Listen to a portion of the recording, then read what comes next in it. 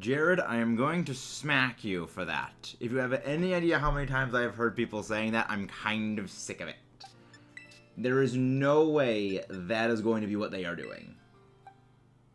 Okay, so let's go and get our Egg Hatcher Volcarona. Floofa Moth. Because it does have Flame Body. There we go.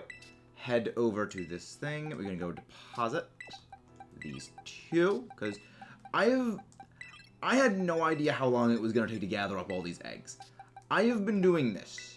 Like, just sitting here and, like, waiting for stuff, like, for several days, just preparing all of these eggs. And it's been about, like, 6 hours. 6-7 hours in total, cumulatively. And I have not gotten more than this. So, yeah, it takes a while to get these eggs. But welcome in, everyone. No, I don't. No, I do not. Because that would be very, very dangerous and very damaging. But how's everyone doing today? Yeah, I think that the new person is just going to be some rando character, Jared. There is absolutely no way they are going to be doing, like, oh yeah, no, it's Ash's daughter. Because, okay, they can't really ever bring Ash into things, really, because then he kind of has to just go into non-existence. Because as we have established, you know, Pokemon protagonists, their dad is just non-existent. Aside from, Norman. Like, Norman is the only dad any of the characters have, and I just kind of find that a little amusing, that is just the way things are.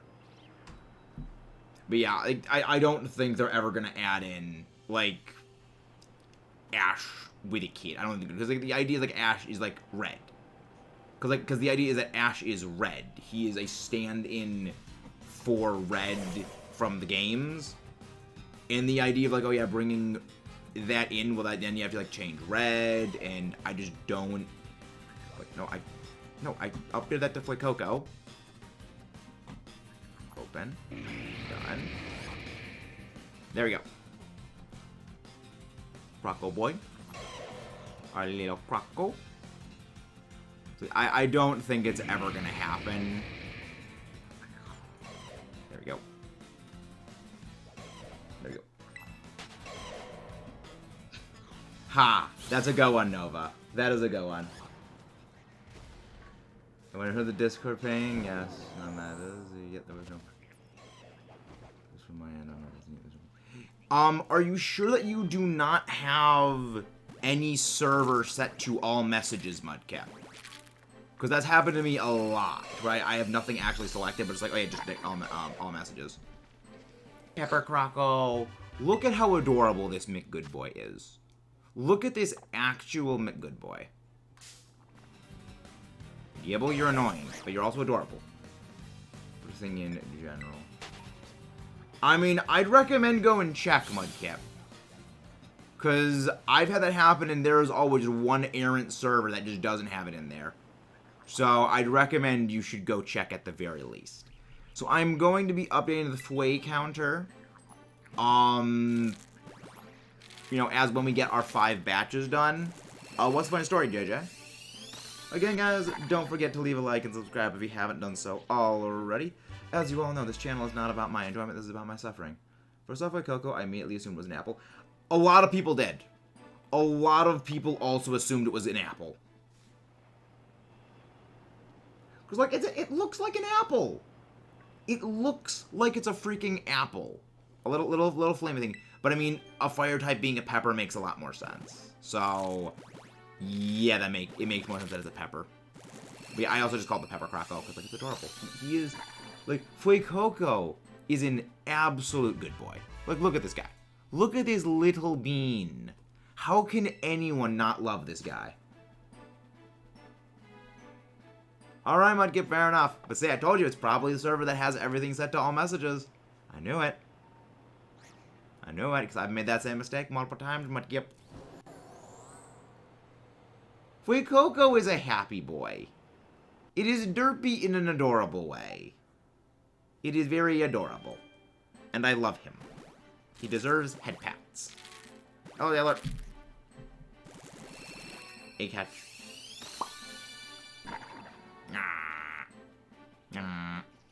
He's so cute. Look at the little boy. Look at the little guy. Hopefully back energy always get going through and fro. We have one more, right? We have one more egg, right? Yes, one more egg, and then we get our next cycle. Remember to start MASUDA breeding your starters now to share planning one trade with starters. Yeah, I've been thinking a bit of that, but also I have been, like, just stockpiling on eggs, so I'm going to be trading them as well. I mean, I also just stay off of Wonder Trade also, Jared, because as we all know, people are trading around those Pokemon that are genned and hacked and game manipulated into existence that are illegal and do hold a potential, if you have them, to kind of get your thing banned. So, would recommend potentially avoiding things like Wonder Trade just because you never know what kind of people are out there. I'm doing okay. I'm doing very, very well, Fiery Dragon. I'm doing very well. Yep. Update the counter to 5. And, come on, open the thing. I clicked the button. I clicked the X button. Here we go. Control. I love this game. Let me check. Do any of you have no speed? Okay, none of you guys have a 0 speed. I want to... I'm gonna release them all off screen and trade and potentially trade them away. But again, I want to stay off of Wonder Trade just because, again, the hacked stuff. The hacked and gen stuff I want to absolutely avoid like the plague. Find someone who agrees that hacked starters are... Yes, anything that is... anything that is bred from a hacked Pokemon or a genned Pokemon is itself considered hacked and illegally obtained. So, if you breed an illegal Pokemon, even if you breed it, 10 million times downward, its origin point is still forever hacked. And especially with the wealth of people trading, because there's a lot of people who don't realize that. There are people who, they get a hacked Pokemon and say, well, I'll just breed it, and then it becomes a legitimate Pokemon. Like, that's not how it works. Especially if it's things like, the Cyndaquil, like the Delphox, like the Greninja, like these are things you legitimately are not able to obtain. The way people get them is someone goes in, manipulates the spawn data to force spawn in, well, it doesn't force one, but it converts the spawns into Pokemon that are not in the game, Pokemon that cannot be obtained. And they periodically do, purge waves, or ban waves, where they go, inspect things, something's on there, that's wrong, that shouldn't be there, and then your Switch is basically bricked. And it's like, yeah, I'm not risking that. Like, I don't do Wonder Trades for that reason. Yeah, I could probably get, like, MASUDA Dittos, but I don't want to risk that. I would rather go through someone who I know would take longer to go do things than it would be to run the gambit of, yeah, something could be genned. I don't want to risk that. Off. Yeah, I'm turning off nicknames. Like, I like nicknaming stuff, but I can always just turn off nickname and rename stuff later. But yeah, so we're gonna be, of course, MASUDA-ing. I'm thinking about potentially doing, like, raids while we're hatching eggs and everything, but how is everyone doing? These seasons of my card. Neat. Oh, yeah, that's the Hades game. I've heard very good things about that game. Boy. He's a very good boy. FUECOCO is a very good boy. We love FUECOCO. It deserves all of the head pats. It is good pepper boy. I've heard, I don't know what it is because I've never played it, but I've heard very good things about it. I mean, these are people who I trust. Like, the people who tell me, like, this thing is a good game are people that know my tastes in games and know my taste in media far better than I know my own tastes.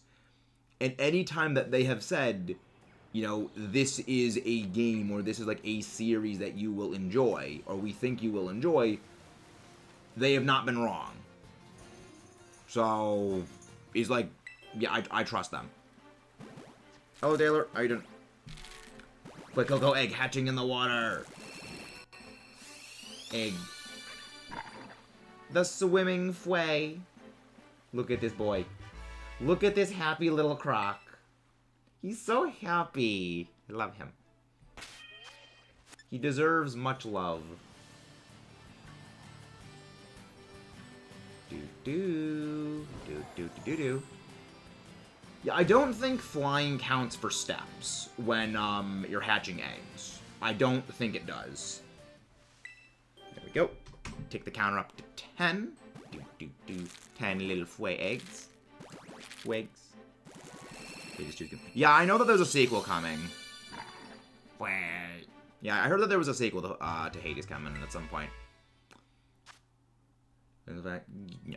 I do like how if you have the nickname thing turned off, it just immediately goes through.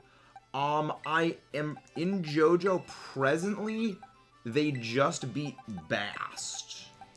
So, yeah, Bast. They just beat like the magnet one. So I'm up to that point in JoJo. I've been loving this show. Like, I mean, this is one thing that surprised one of my friends when I told them, "Oh yeah, I'm up to this point," and it's like, yes, I've told you before. When I watch series, I devour them. You know, like in the first day, I basically demolished the first day of watching JoJo. I basically entirely demolished Phantom Blood. You know, it's like I inhale series when I watch them. It's like I binge, like to an insane degree. Because I told them, like, yeah, oh, so my friend said, oh, so you're doing what you did with Naruto with the show. I said, I'm doing what I do with every show with JoJo. Like, now I have learned this. Like, yes, I watch, like, to a ridiculous degree for a lot of things. But I'm enjoying it. Like, I like old Joseph. I like old Joseph. He's very entertaining. It's like, he can't not be on some form of vehicle without something going horribly wrong. It's like, I like how they joke. He's been, like, they make a jokes at that, like, so often. It's like, I love that. I mean, I just find like, it's so over the top is my favorite thing, is that it's very aware of how crazy some of its stuff is, and how absurd sort of its own premise is. And I'm just noticing like the recurring gag of, yes, here is an arbitrary time limit to do something in. It's like, oh, you have only 33 days to do this before this poison kills you, or you have 50 days to stop me before this happens. Like, I love this. It's like, I love the just absolutely arbitrary time limits. Plus on eggs. Like, thank you very much, Nova. Yeah, I mean, we've had our share of bad Masuda hunts. My worst Masuda hunt was... that was Roggenrola. We went over double odds on that sucker. Almost spoiled something. Good thing I checked the episode list beforehand. Yeah, you're still under odds for that one. You're still under odds for your hunt. So what are you egg hunting, Nova? What are you egg hunting? Bing. So should we actually let me make a poll for that? Let me make a poll for that. I mean, oh, you're hunting FUECOCO as well, Nate. I mean, that's the thing about like shiny hunting in general. Shiny hunting in general is really just luck. This is also kind of one of the things that I find a little bit amusing with regards to like shiny hunting these days, and that is, in a broad sense,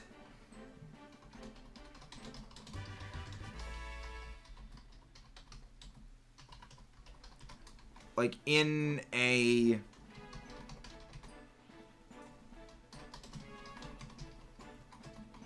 in like a broad sense, the encounter odds for shinies are pretty much the same.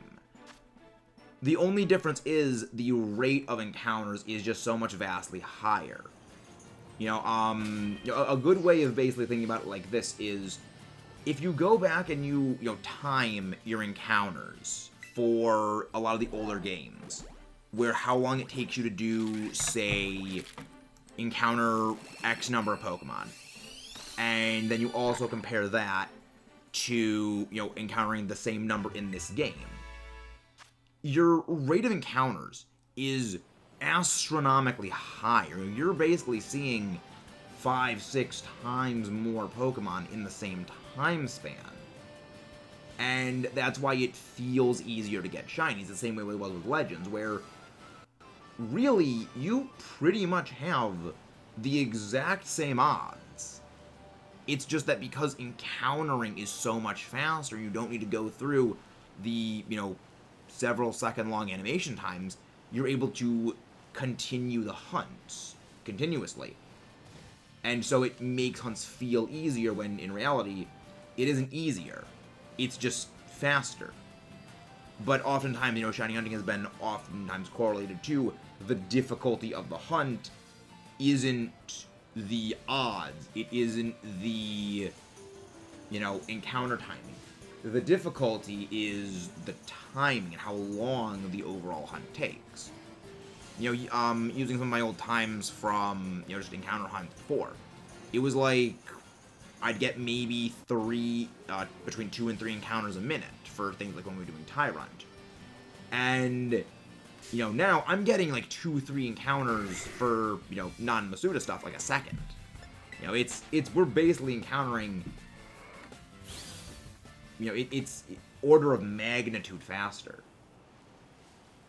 And that's why it feels easier, because we're just doing things at a faster and faster rate. 3 Mudkip. Get a different call. I have no idea what that is, Mudkip. Oh yeah, Hades thing, probably. Probably a Hades thing. Freaking all of these Tauros are annoying. This is my least favorite thing about the encounter still being visible in the overworld, and you have no invincibility frames. It is very easy for a horde of Pokemon to just combo stick you and just keep getting stuck in there. That happened to me when I was on one of the mountains, looking for something, where it was, I encountered a thing. Well, then there was a thing like, so far away, encountered the thing. And just basically said bopping me back and forth between everything for like 2 minutes. And like, I'm just gonna knock the stuff out. I'm just gonna knock everything out and then I'm gonna get out of here. It was annoying. Hey, lady, how are you doing? Someone please go grab lady's link. How are you doing? How are you doing, lady? Oh, forgot to pick up the counter. Actually, fun story about Toadstool or Toadstool. I forget whatever the heck the Toadstool thing is called. Why is it not responding for a second? My friend's experience with encountering Toadstool is basically the reason why I say I don't look up leaks. Is he said, had I seen this thing in a leak, I would have hated this Pokemon. But because I saw it in the game, I experienced it organically. He just found it absolutely hilarious, and now it is one of his favorite Pokemon in the entire game. And it's that is why I don't look at leaks. Because something will always stick in your mind as being a lot more interesting if you genuinely encounter it in a very natural way. But if you just look up things on a list of leaks, well, the other thing looks stupid, and then just move on. You'll never get a second thought. But if you encounter something that you see it on the map, it's what the frick is that thing? It makes you curious. It makes you want to look for it. And then it makes that encounter a lot more organic. I was that's why I say I don't look at leaks. And I love it. Oh, glad you're doing well, lady. Glad you're doing well. Yeah, I heard you weren't doing too great yesterday. Glad you're doing better.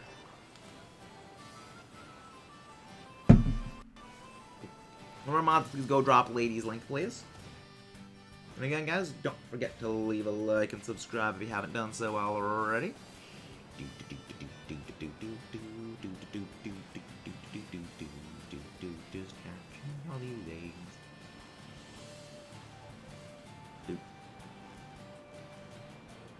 Ugh, that's painful. That sleep is a fickle thing. I enjoy sleeping, but oftentimes I don't want to go to sleep. It's I want to keep doing other things. So I want to do other things, but I need to go to sleep. I hate. I wish I could stream far longer. I could stream longer. I could do more gaming stuff. I could write more stuff. I could edit more. I could just do all this stuff more. But I need to sleep, and I hate it. I know. Gotta love insomnia. Nope, no satyr second. 3. Alright, number 5 on 3. 5. We'll go to 5, my kid. FUECOCO. I love him. Like, look at this boy. Look at how happy FUECOCO is. It's such a smiley little pepper croco. It deserves all of the love. Like, this is like, also, can we please take a second to appreciate Miraidon just, like, getting close to the egg to inspect it to make sure the egg is okay? Can we please take a minute just to appreciate that Miraidon looks after the eggs? Good boy, Miraidon. Miraidon is a good boy. I love it. I don't think I've gotten to bed before midnight last. Oof. I mean, I generally go to bed. I mean, I'm a bit the same. Like, I generally go to bed around midnight, but I have a very hard time falling asleep. There was a cherry. Ugh. That probably is one where people were using raid power for that, Nova. That was probably raid power. Because, I mean, I've seen ones. I mean, I've seen, you know, them give out a good number even without raid power. And, I mean, a lot of it is just really luck. It just comes down to blind luck in a lot of cases. That's one of the reasons why whenever I do a Herba Mystica shiny hunt, I always consider how long did it take me to get that, you know, that Herba Mystica? How long did it take me to prepare the counters for that raid? And he's like, yeah, Herba Mystica shiny hunts, they're very fast in terms of, like, okay, make the sandwich, and you make the sandwich, and then you hunt. And, you know, generally you get a thing about 30 minutes. But I also think it's a little irresponsible if we ignore all the time that needs to go into, you know, basically preparing for those raids. Getting the raid, doing the raid, getting the Herba Mystica. You know, I think it is a bit neglectful to say, oh yeah, it's just the 30 minutes. It's like, you are going out of your way to get something that makes the hunt easier. It's one of the reasons why I consider, you know, getting the shiny charm. I really consider, yeah, all the time that it went to build up to this shiny hunt was me getting the shiny charm. Me basically preparing my fall sweat users, all my, basically my counts. I consider all of that, which is why I don't really consider these are fast hunts, because all the back work is just all behind the scenes that we really don't give a second thought to. But I mean, because I mean, a large part of this comes down to, I was doing a video write-up for something about you know, how long it basically takes to prepare competitive teams these days. And, you know, as one thing I was thinking is like, well, yeah, I can basically make a team like that because I have so much VP. I have so much of these things that are needed to go into because I've spent just so many hours passively playing and just passively doing these things that if I need to make a video on this, I need to actually consider how long does it take to get these things. And, you know, when you really consider, like, yeah, it takes a long time to get a lot of these things. And we kind of need to consider that. Hello, Rabbi, how are you doing? I was upon a random shiny Azumarill. Oh, nice! Shiny Azumarill. One of our next hunts is going to be shiny Azumarill. I love it. Like, shiny Azumarill is a fantastic sparkle. I love it. And, again, huge power. It's good for raids, too. Like, again, Azumarill's great for raids. It's one of the reasons why I'm super happy I got a shiny Iron Hand. I mean, I knew I was going to get a shiny Iron Hand because I was specifically dedicated to hunting it. But, like, shiny Iron Hands is just great. Oh, eggs hatching. What do I need to do with a Azumarill to get a raid? Huge power, belly drum, play rough, liquidation, and potentially Aqua Jet. But I generally don't really use ever Aqua Jet. But we get belly drum. Fastest way to do that is get anything that can learn belly drum. Give Azumarill a mirror herb, delete one move slot on the Azumarill so it only has 3 moves. Then stick it in a picnic next to that Pokemon. And just wait like a minute and boom, it'll be taught belly drum. But the Azumarill needs to be holding the mirror herb. If you want an adamant nature, 252 attacking EVs. Wait. Good boy. If going competitive, depends on the nature you want for it. That generally depends on like the metagame, like the speed tiers of stuff. Yeah. That's actually how I prepared my Azumarill. Was I gave it belly drum and I just use it for that. I love it. It's like I mean, my favorite thing about Azumarill is. Like, Azumarill was a Pokemon I never gave a second thought to prior to really, like, doing raids here. Because, I mean, I always knew Azumarill was very, very good. I've seen how good Sap Sipper Azumarill can be on mono water teams. I've seen how terrifying Belly Drum can be. I know that with huge power applied, Azumarill has like a functional attack stat on par with that of freaking Groudon. And it's like, yeah, this thing is like really strong. It wasn't until I actually sat down and started using one and just seeing the damage numbers popping out of Terra Raid Pokemon. You know, the fact that in that Charizard Terra Raid, Azumarill is dealing 1,300 damage. 1,300 damage. Even without the super effective damage, that is almost enough to clean one-shot a max HP Blissey. Like, that is horrifying that it can do that much damage. And it's like, I like this thing. Nope. No. No, there we go. No. Click. There we go. So you've presently hatched 25 eggs. Gonna get moved to 30. First box is gonna be done. I have 9 boxes of these freaking things. Welcome in, Jones. So Stray decided to get a shiny FUECOCO, set of egg, Charizard next. Once I get home, gonna beat the Pokemon games with hunting. Hey, Moth, welcome in. How are you doing? Welcome in, Moth. Yeah, we're looking for FUECOCO today.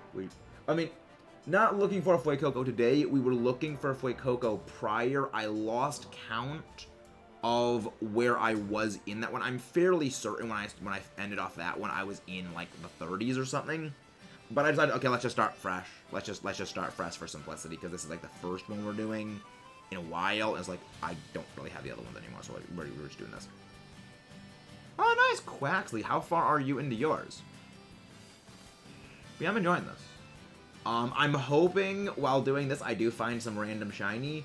But at the same time, I'm also hoping I don't find a random shiny around here, because that would mean going in and getting my battle team, like my catch teams. Because when you have a Flame Body Pokemon, generally it's not going to end well for a shiny you encounter in the wild. So, worrisome to a point. I don't count, but it's a headache. Yeah. I mean, I count only because, like, I do the streams, and I like keeping the counter for the stream going. But yeah, I just like keeping a count for, like, I'm uber organized.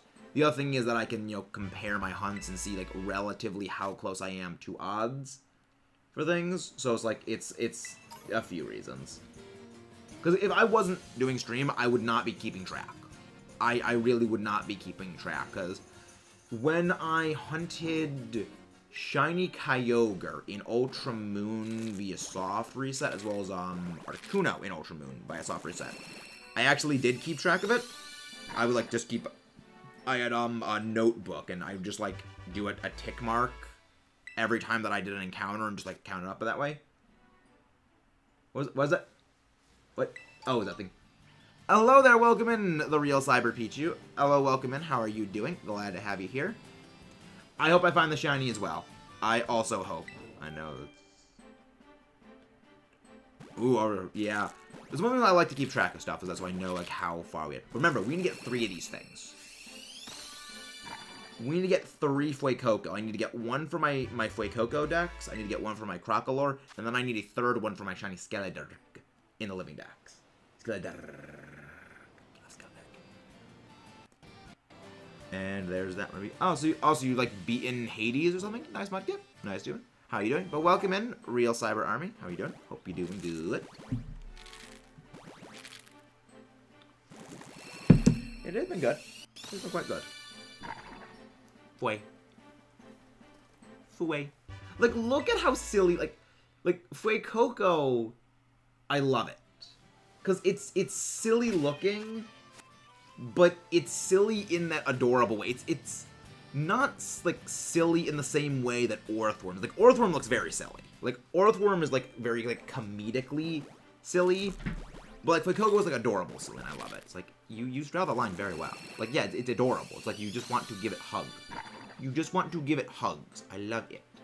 It is adorable. Like, look at this little boy. Look at this boy. He's so cute. I love it. First, 30 eggs. Knocked out. So I have 9 boxes full of FUECOCO. Ooh, female. Decent, decent, decent, decent.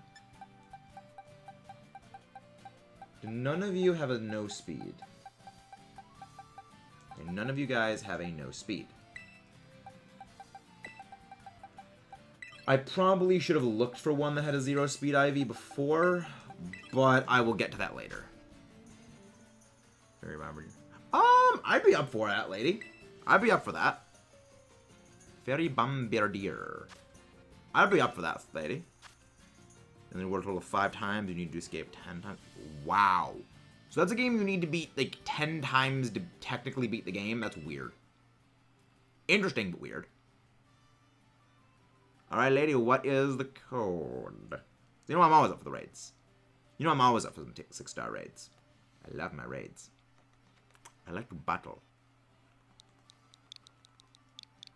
8H. Yeah, the only game that I know other than, like, well, now I know that, like, Hades has that, but there's only one other game that I know of that has, like, a similar thing where you need to, like, beat the game multiple times to, like, get the ending or whatever it is. And that is a game that I've actually wanted to play for a while on the channel. And that is, of all things, Shadow the Hedgehog. I've actually wanted to play Shadow the Hedgehog for a very long time. And I just found it an interesting game idea. I kind of want to I really want to play it. I have debated on playing Hades, but hello, Shy. How are you doing? Welcome in. Hype for the next patch. Really? I mean, I still say I don't think that's a bug, Shy. I don't think that's a bug. I think they deliberately put that health bar regen in to specifically counter, like, belly drum Azumarill tactics. Because I have noticed that in a lot of other raids, like, it is, like, I've noticed it not a lot of them, I've noticed it in other raids. It doesn't just happen with Azumarill. The reason why we generally ascribe it to Azumarill is because Azumarill is one of the most frequently used raid counters for a general usage. In a lot of other things, they don't deal out the same damage that Azumarill does as fast. So they oftentimes don't need to go in that full health to death thing Azumarill can do. Or they do full health to death and it doesn't trip it. Azumarill, when not hitting super effective, or hitting just exceptionally bulky things, it hits that little butter zone. Mythbusters quote right there. Butter zone. Of, it does a lot of damage, but it doesn't quite do enough. Also, Shiny Tankaton, I love it. I have my own. I have not prepared her for battles yet, so there we go. But eventually she will be prepared. Knock off. Nyeh. Nyeh. Nyeh. Flashy laser beams. Firing the laser. Drop such fence. Yeah. Fire laser beams. Pew pew. Whoever brought the Charizard, do not bring that. This thing has rock type moves and an ability that deals increased damage when using rock moves. I mean, I'm pretty sure everyone does, Mike. Yeah. I'm pretty sure all of us hate Hypno. I actually don't really hate Hypno. Mostly down to, I just kind of find it a bit amusing that everyone hates it so much. But, yeah, I don't mind it, essentially. Oh. Hello there, welcome in, Mr. Nobody. Welcome in. Pleasure to have you here. Please don't forget to leave a like and subscribe if you enjoy all the stuff here. You're already paralyzed. Go for flash cannons. Hypno or Tankaton? Look, I love Shiny Tankaton. It's like, it's the bones of a shiny Corviknight. Which means Tankaton hunted down a shiny Corviknight just to kill it. It's like, and presumably multiple Corviknight shinies needed to be hunted down to make it. I love it. Hypno. It's got a nice, I like the purple. I like the purple pink. Like, I love purple. It's my favorite color. And, like, generally, there's not really that many purple shinies. I mean, like, Tinkerhunt is great. Like, Tinkerhunt is great. I love it. It's, like, it's so dark. But at the same time, like, that's kind of what we like about Pokemon is when they go very dark like that. But yeah, like, Mr. Nobody, don't bring Charizard. He does not do very well against this. And we kind of need to pretty much beat this thing, because every time someone gets knocked out, we lose time. Especially, like, these level 6s, because these things are, like, level 90 right now. And rock moves, because they have an ability that basically increases rock damage, and Charizard has no chance against those. I need to get my Magnezone changed over to Terra Steel. I need to change that. But I really have not been finding a whole lot of Terra Steel raids, so it's like, I just don't have a way to do it.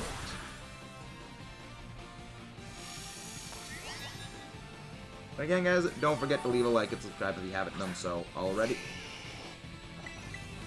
Why is it that they change the...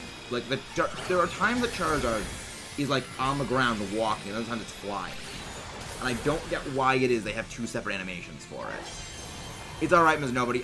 If you're only choosing, you probably shouldn't be joining level 6 raids then. Because, like, I like helping people get set up for raids, but if you are new to the game, it is probably best if you do not join in the level 6s and level 5s, because we will not be able to beat them. Level 5s we might be able to beat, but level 6s there is no way we'll be able to beat them. No, I mean, I think it's normal. Like, if they are new to the game, they don't really have many things, and Charizard is their highest level thing. As well as, I mean, Bombardier is a Pokemon that you really wouldn't expect to have access to a Rock-type moveset, and an ability that increases Rock-type damage. It's not really something you would expect to have normally, which is somewhat understandable. Yeah, I understand. Yeah, I understand, Mr. Nobody. We're always happy to help, so, please don't forget to leave a like and subscribe for more. We always like to help people get set up with things. But it may be best if you set out like the level 6 ones, Mr. Nobody, until you get much more dedicated options to face off against them. So where actually is the place where you go to change your Terra types? I like Bombardier. I like it. Actually, where do you actually go change Terra types? Where to change Terra types? Terra types. Okay, there it is. So,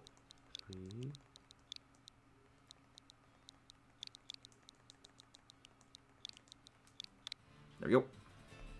Larry's Restaurant. What? Huh? Oh, HN, not NH. That's why I typed it in wrong. I typed NH. Okay, that's what. Oh, Larry's restaurant place. Okay. Can we all take a second to just appreciate Larry's gym restaurant place? Like, the fact that they were aware that would be the highlight of the game. Oh, yeah, no, I'm bringing King Gambit. King Gambit's way the frick more powerful. Plus, like, also if he uses that, I have waves against it. Yeah. King Gambit definitely was the way to roll on this, because it has, it resists everything, and also it has, Iron Head also is way, way, way higher head. Like, the thing is, I love that they say, like, the three options for, like, the three options, like, the places you battle Nemona when Gita asks you, is, like, one of them is, like, the school courtyard. One of them is, like, outside of your house. And then the other one is the treasured eatery.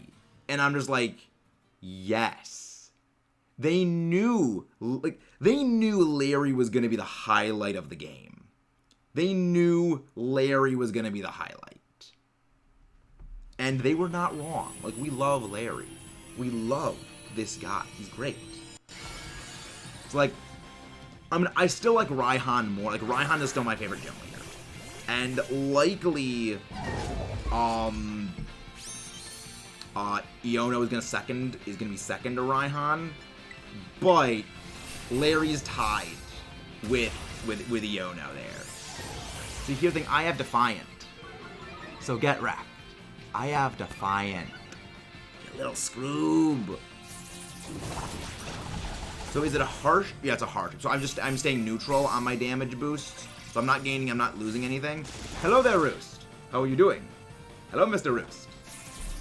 Bonk. I love King Gambit. Like, I like King Gambit, but evolving this thing is a pain in the ass. I will die on this hill.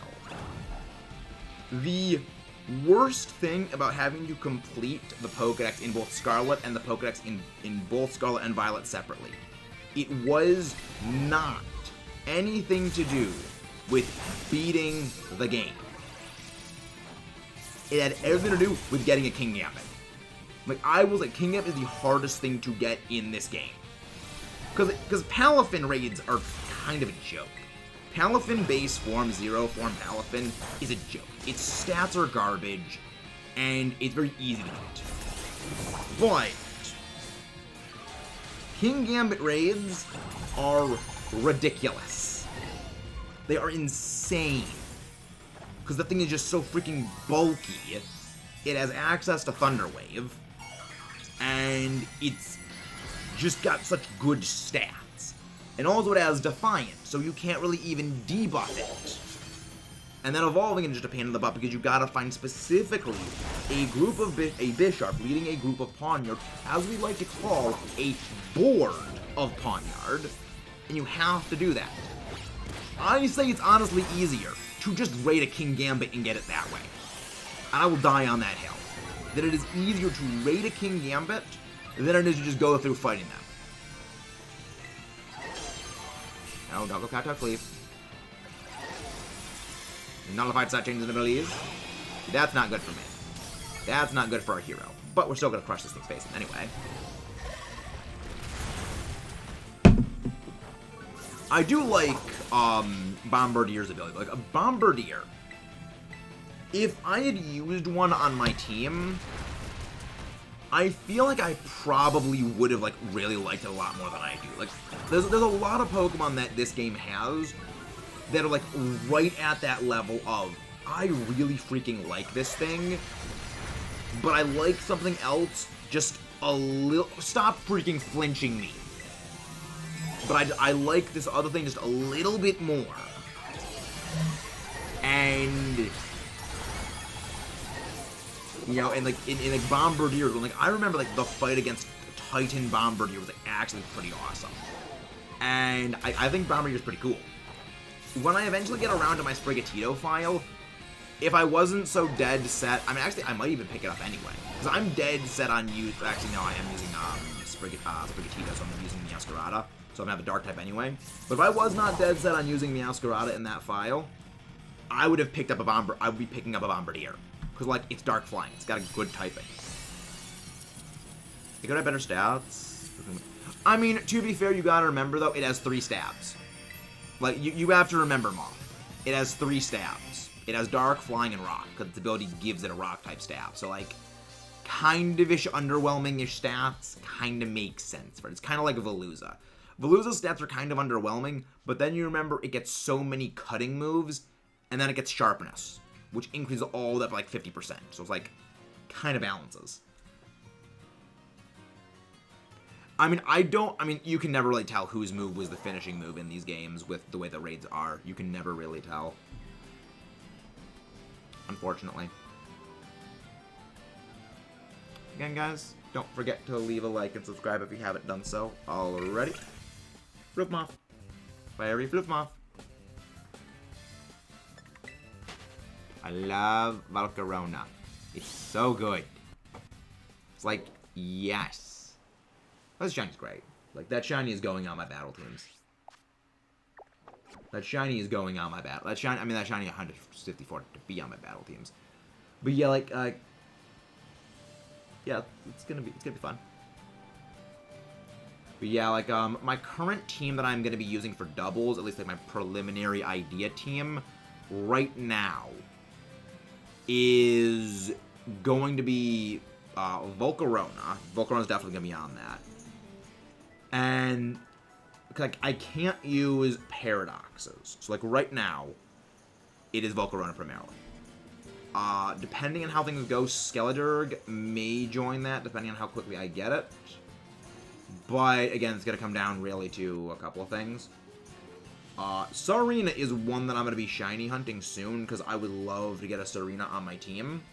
Because like a fake out user, I mean not a fake out user, a fake out blocker.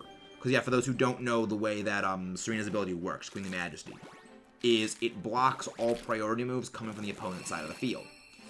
Which means that it is able to completely shield your side from not just fake out, but from any priority finisher move, which a lot of people do use, like to, of course, knock things out when they have a sash, and it completely nullifies this. So like it also just blocks you from being prankster effective, which is amazing. Like, yeah, prankster, you're not gonna do much to me. And I love that. It's like, yeah, prankster, blocked. I mean, it doesn't stop them from using moves, it stops them from using moves like Thunder Wave or Fake Tears or such like that.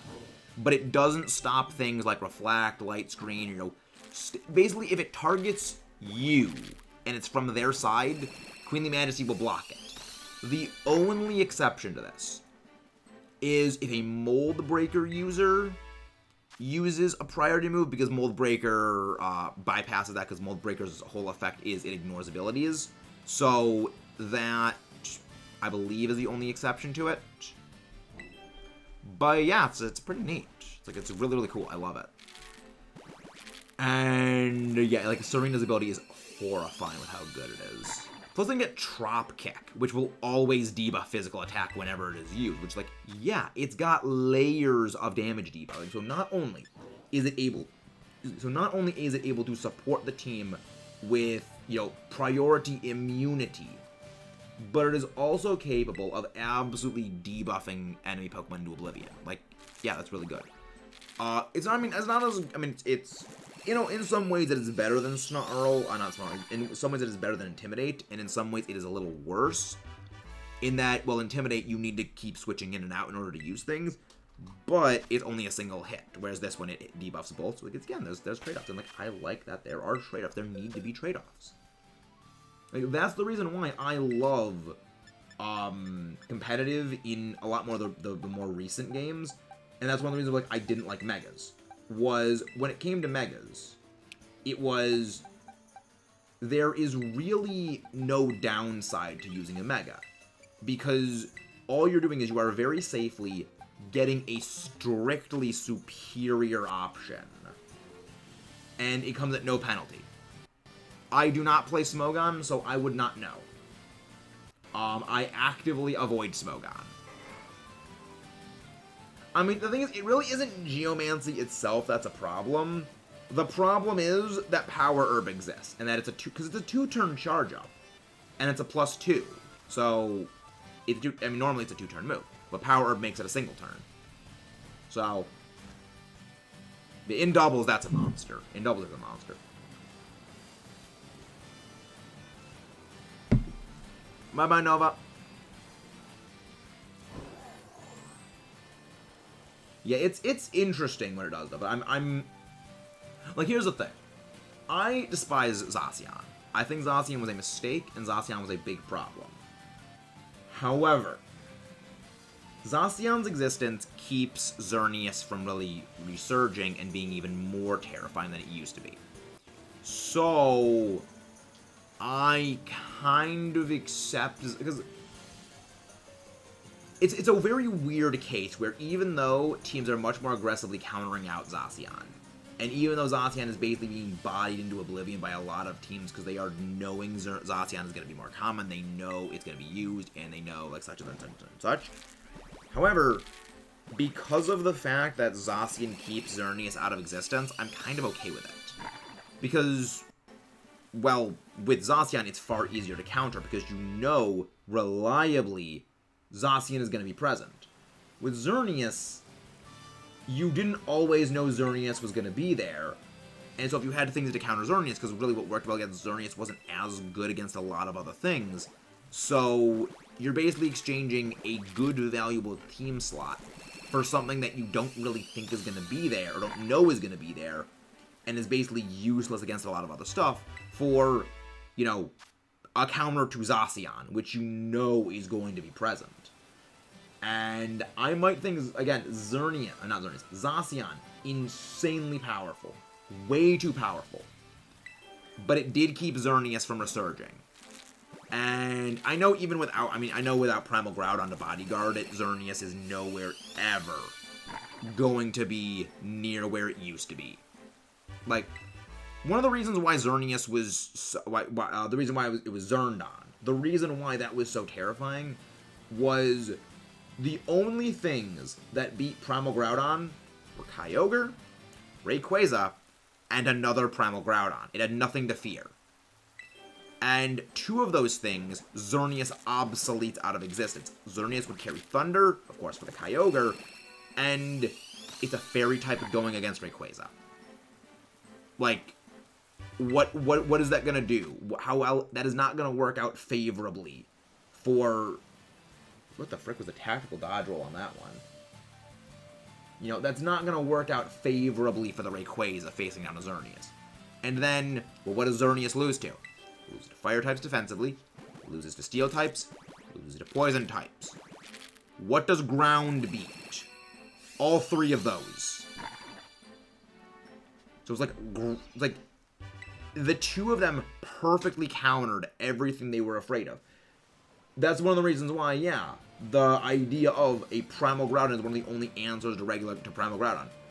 The Primal Groudon was so insanely strong that a valid strategy was to not run a Primal Groudon, but to run a banded regular Groudon. And that was, I think that had like, what, 10% usage? Specifically down to, yeah, you need something to just beat Groudon. And yours will be able to take their Groudon out, and their Groudon will not be able to take yours out, because Precipice Blades will not kill if it's not super effective against a Groudon. And I'm just like, this is way, way too bad of a thing. Kind of funny, the only things that kill a Groudon are something. Yeah, exactly. It's, I mean, well, to be fair, there were others. There were a few other things. I mean, there was Golduck. Golduck was one of the funny ones because it got access to Cloud 9. And of all things, Ho-Oh was another thing that utterly bodied Groudon. The reason why Ho-Oh bodied Groudon and also bodied Xerneas was Groudon didn't carry any moves that were neutral or better against. I mean, I think they might have carried Earth. They might have carried like like Dragon Claw. But they might have carried Dragon Claw for Rayquaza. But yeah, like Protector, Swords Dance, Protect and or Swords Dance, Precipice Blades, Fire Protect. They had nothing for Ho-Oh. So Ho-Oh could just spam Brave Bird, heal off with Roost, and use that to body Groudon. And with its inordinately massive special defense, and of course its resistance to Fairy, it could beat Xerneas for the same reason. Because even with, Xerneas being +2, and Fairy Aura, the resistance it had to Fairy, and its just massive special defense, made it so that, yeah, Xerneas couldn't crack it. And it's just like, that is too funny.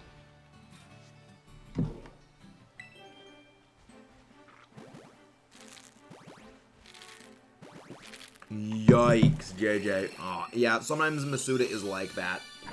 I was doing Masuda hunting, and wait, I'm 40. I'm pretty sure at this point. No, I'm not. I don't think I'm at 40. I'll go check this time. But yeah, I was up to 1,000, like almost like 1,200 on Roggenrola back in Sword and Shield. I feel you, man, JJ. I feel that. It's painful. Learning a lot. I don't battle competitively loves some good.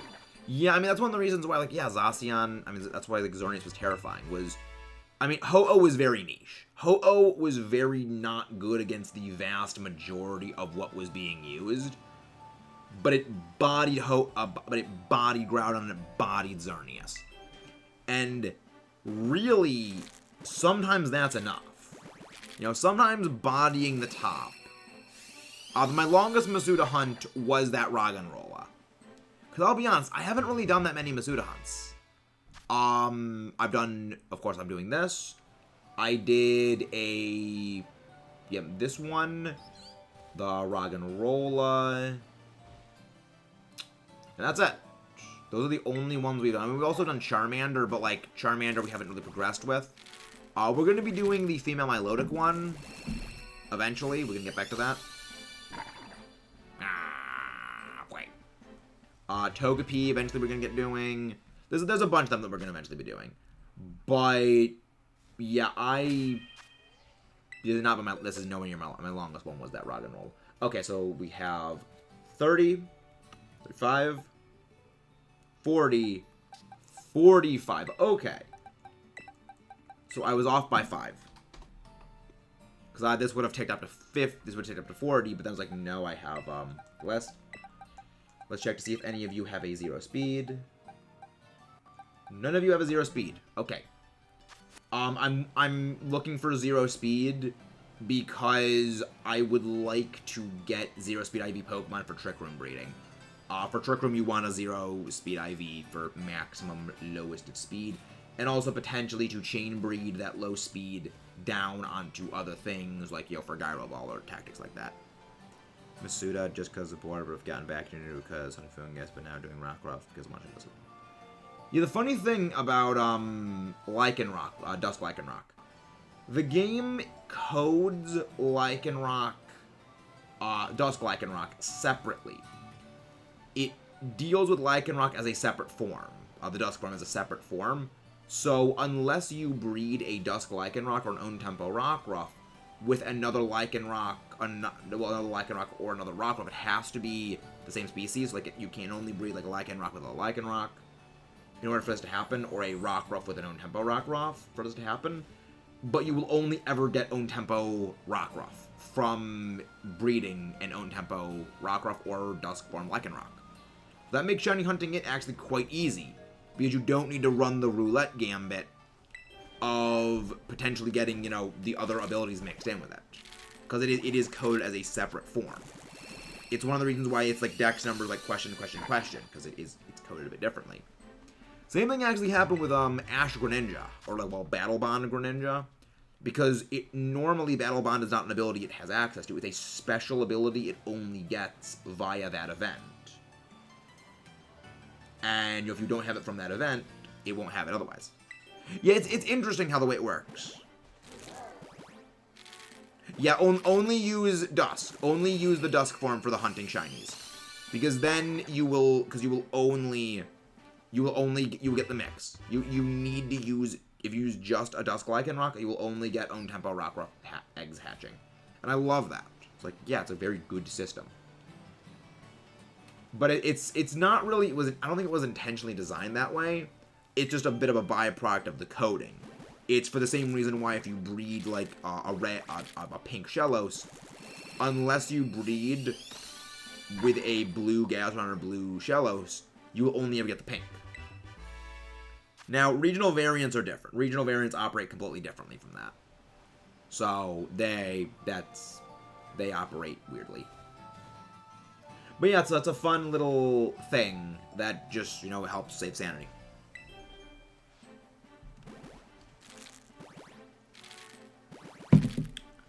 Yep.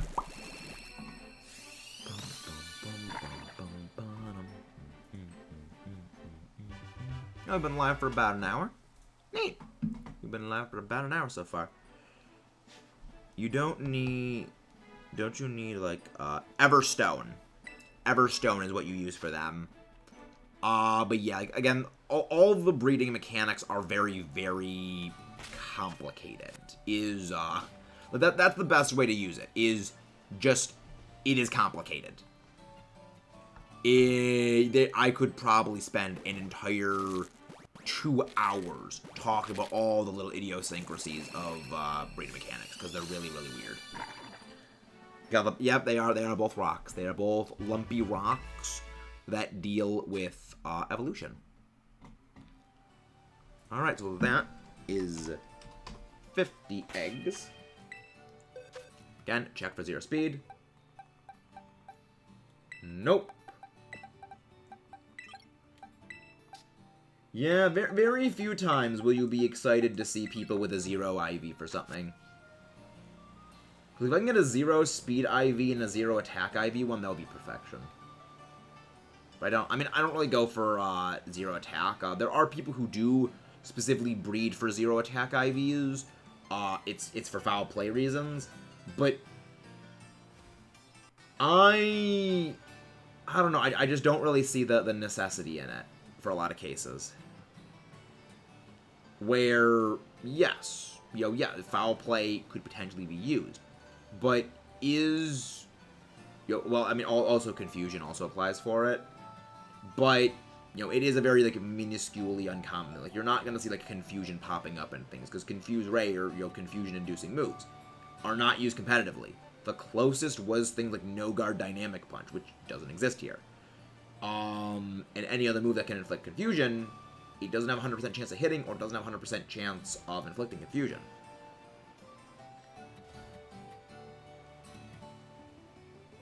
Nice. Neat. Yeah, let's keep going. I mean, Landon goes around that thing. I don't know. I'm not sure how I feel about that. About just going in circles on there. Egg is hatching. This is 51. All right. Do do do do do do do do do do do do do do. Well, do you know the Fue? I do know the Fue. I do know the Fue.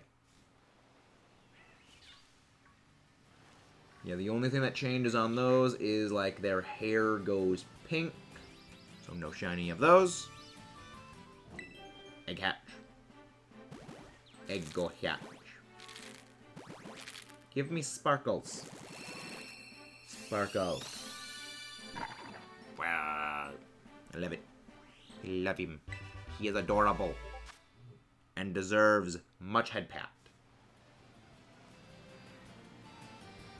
Battling someone, I had Dragoness Flygon, the person used Moonblast to aid it. Told myself, man, I really should have kept the weakness policy.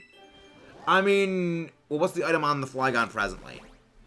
What is the present item on it? Because I'll be honest, Flygon does not eat moves very well. Flygon is very glass.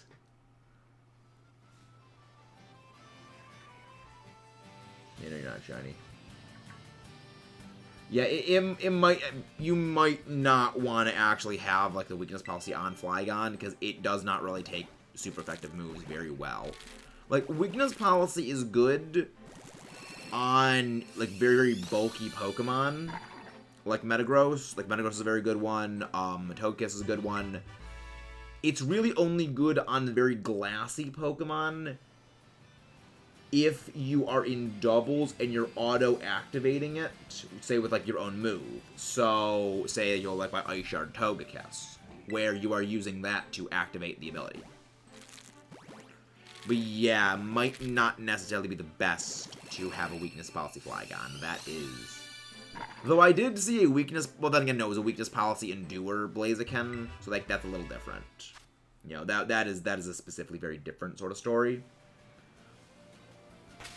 But yeah, like, you generally want bulky Pokemon to be the ones holding a weakness policy. Why is it when I open this menu sometimes, it does not click down? Like, it does not click the buttons I am clicking. 55. I can't drive. 55. It's about an hour in. And, well, a little hour and 5 minutes in. 2 raids taking a little bit of time, but we still work pretty good. Yeah, I really should. I mean, the boxes... for, like, the whole Legends... not the Legends, for the whole Scarlet Violet review that we're working on... Oh, Carcadet. You know, the boxes are definitely a very big black eye on the game, I will say.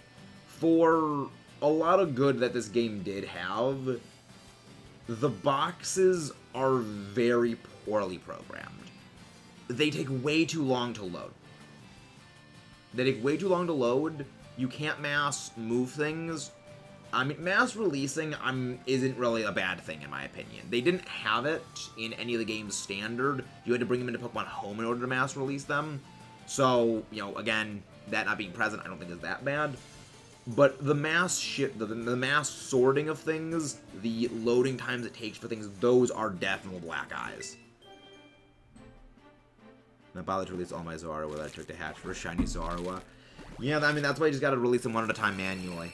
And again, guys, please do not forget to leave a like and subscribe if you have not done so already. Of course, you know, share this channel out to your friends so they know what we do here. All that stuff and things.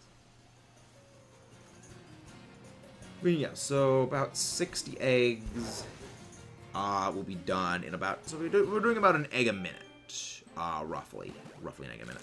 Which isn't bad. Zoroark is no one. Yeah, I like Shiny Zoroark. I like Shiny Zoroark. Though, that's one of my eventual hunts. That is going to be one of my future hunts. Because, I mean, well, we're doing a Shiny Living Dex. We're going to need to go for it eventually. So, I mean, saying that we're going to need to go for that is a bit of a stupid thing to mention. I mean, like, that is a great Shiny. Again, Shiny Zoroark was, like, I point to old-time Shinies if they were randomly generated by an algorithm. I point to, like, Zoroark. I point to old Charizard. I point to, like, Rayquaza, as these are examples of great shinies that were randomly generated. And why I think we should go back to having randomly generated shinies, not these designer ones. Tangent over.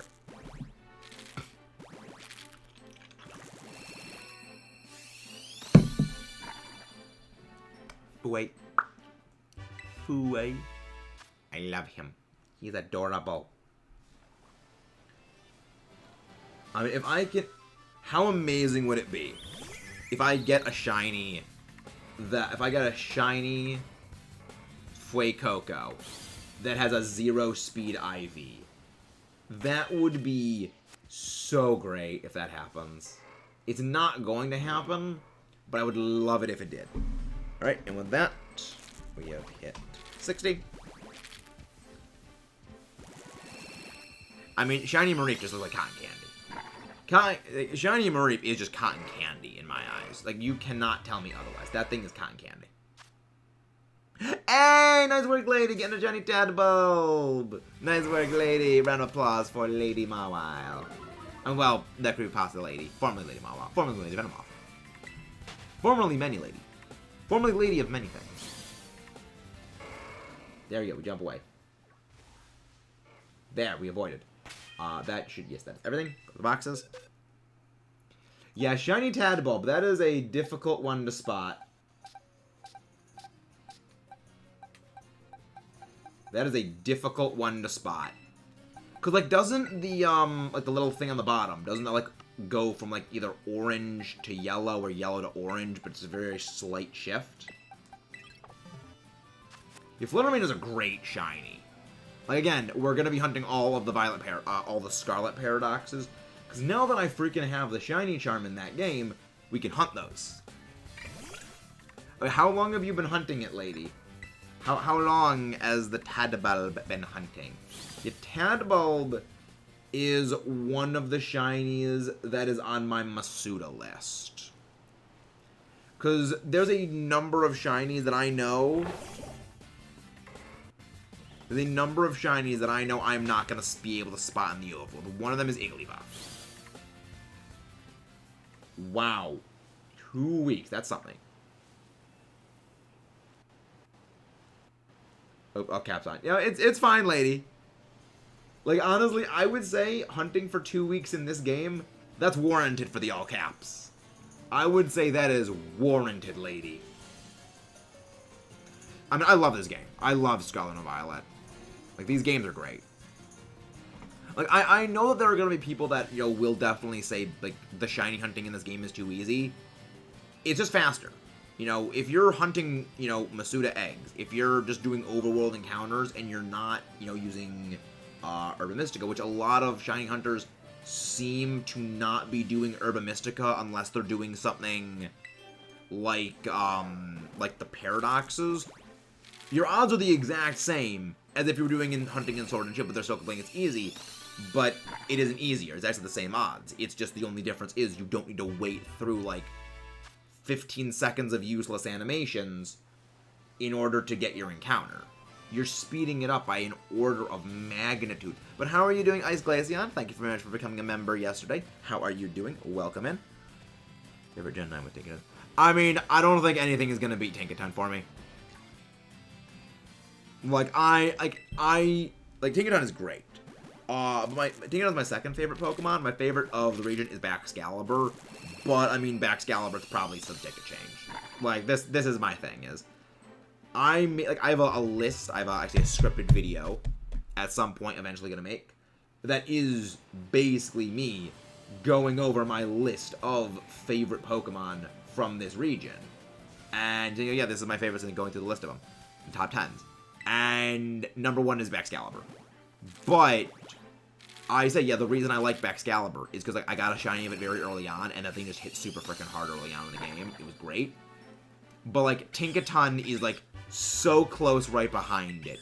And that's just because Tinkaton with that hammer just amuses me.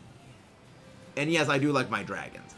But I also love how absolutely freaking aggressive Baxcalibur is. Like, you gotta remember, Baxcalibur's physical attack is 145. That's really high. I mean, I'm kind of glad they didn't make it Dragon Bug. This is the same way with me and wanting, like, every starter to just, for now on, just become bipedal. Is I want it to forever be one of those things just to see the internet want to burn itself down, wanting this thing. Like, that's, like, I want it to happen just to see the internet burn itself down. That's me. Like, I want to see that chaos. Like, that's what the reason I was hoping, yeah, I want us to get, like, a firefighting type. It makes no sense for Skeledirge, but I want to see a firefighting type Skeledirge that's on 2 legs, just to make people salty, because that just is amusing to me. Pokemon Go, I do not play Go anymore.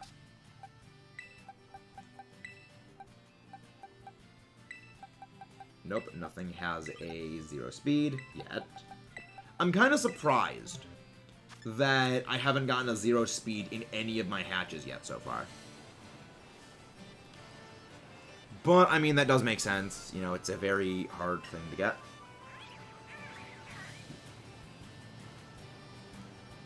We're fuming of it. I mean, I really don't care for Meowscarada. Mostly down to I just don't like cats. But I think the main reason why people were fuming over it was because it's gonna be a grass type Incineroar. It's like, no, it's not. I think Incineroar is Incineroar. Incineroar is literally a heal wrestler. And, like, it's very purposeful with it. But, I mean, I think, like, people put way more stock in starters have to look like this. Then, like, just be happy. Just be happy. It's like, yeah, I don't like Greninja. But the reason I don't like Greninja has nothing to do with its design. I mean, the tongue weirds me out. Like, the tongue is very creepy. But I only dislike Greninja because it gets way promoted the hell out of. Like, Incineroar is awesome. Like, Incineroar is great. I love it. It's like, yeah, Incineroar. Probably one of the best. Like, Incineroar is my second favorite starter. Like, my favorite starter is Infernape. Incineroar is a very close second. It's like, both of these things are great. I love them. And I just think they're great. I mean, granted, I also really like Incineroar because it is really damn good and competitive. Like, in Incineroar, yeah, the tongue scarf on Greninja just creeps me out. It looks weird. And just, like, the idea, like, does it have a second tongue that it uses? Is the tongue, like, I don't know. Something about the tongue scarf just creeps me the hell out. And I mean, I'm not a big fan of any of the Generation 6 starters. I'll be real. I mean, the ear hair on Delphox weirds me the hell out. Like, Chestnut's not bad. Like, Chestnut, I like Chestnut. Granted, I mean, mostly it's like, I like it somewhat by default, because, like, I don't dislike it as much as the others, but, like, least disliked is still most liked. In a way. You know. Again, guys, don't forget to leave a like and subscribe if you haven't done so already. Not seeing any purple pancake punchy hands. Yeah.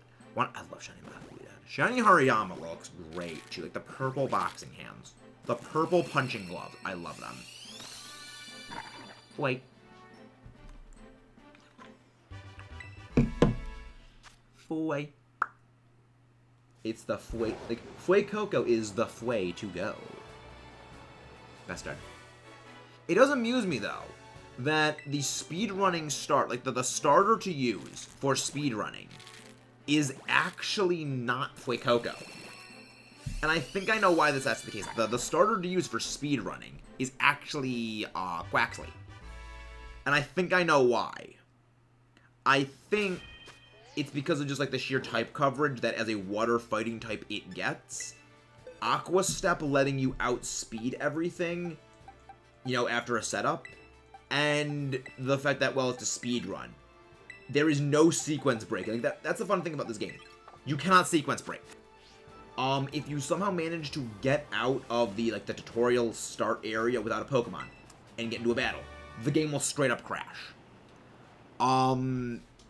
You need to go through like the opening part of the game where you go to the the school and get that whole intro thing done before the Titans, before the gyms, and before the star bases will activate. If you manage to somehow trick it out to bypass that, none of the star bases, none of the Titans, none of the gyms will activate, so you cannot do anything with them. You cannot sequence break. They made this game like so there are no sequence breaks. The only glitch you can use to speedrun this game is the backward jump, you know, like the backwards jump on Miraidon and Koraidon. That is the only one you can use. Nothing else will allow you to get through the game faster. I love that. Like, yeah, you have to go through old-fashioned speedrunning tactics in this game. You gotta speedrun this game old school style. Charizard right now over odds. That's only slightly over odds, Drew opponent. But welcome, man. Are you new here? Welcome. Also, absolutely epic name. Yeah, MASUDA hunting is definitely painful. My worst MASUDA hunt was back in Sword and Shield. It was my shiny Roggenrola. Over double odds on that sucker before I got it shiny. 1,100, and I believe it was 29 encounters before it finally sparkled. I take the vaguest amount of solace in the thought that it will probably never have anything worse. I mean, I don't think Scovillain's underrated. I think it's properly rated because like its stats are kind of like it's a very interesting Pokemon. Like Fire Grass is a very obnoxious typing, but it's so slow. It doesn't have good defense. It's paper thin, and it really doesn't have like the greatest of like offenses. So like it can't like do as much as you would like kind of really hope it to do. Now, again, it's not bad. It's just, like, a little underwhelming in what it can do. I honestly thought it would have gotten a third evolution. I thought Scovillain was going to be, like, the second stage, and, it's going to go to a third stage. Nope. No third stage. Well, the funny thing is, the funny thing is, though, Crimson, if it did get a third evolution, it wouldn't actually help Scovillain. Like, Scovillain would not be any help. It would still be Why the freak is the game, like, blurring out right here? That was weird. But we got our Fue. The Fue. Thank you very much, Drew. And again, guys, please do not forget to leave a like and subscribe if you guys have not done so already. Yeah, FUECOCO is just too powerful. The game can't handle it. The game cannot handle the power of FUECOCO. It had to freak out. We got the eggshell in our eyes. Exactly, cat. Exactly.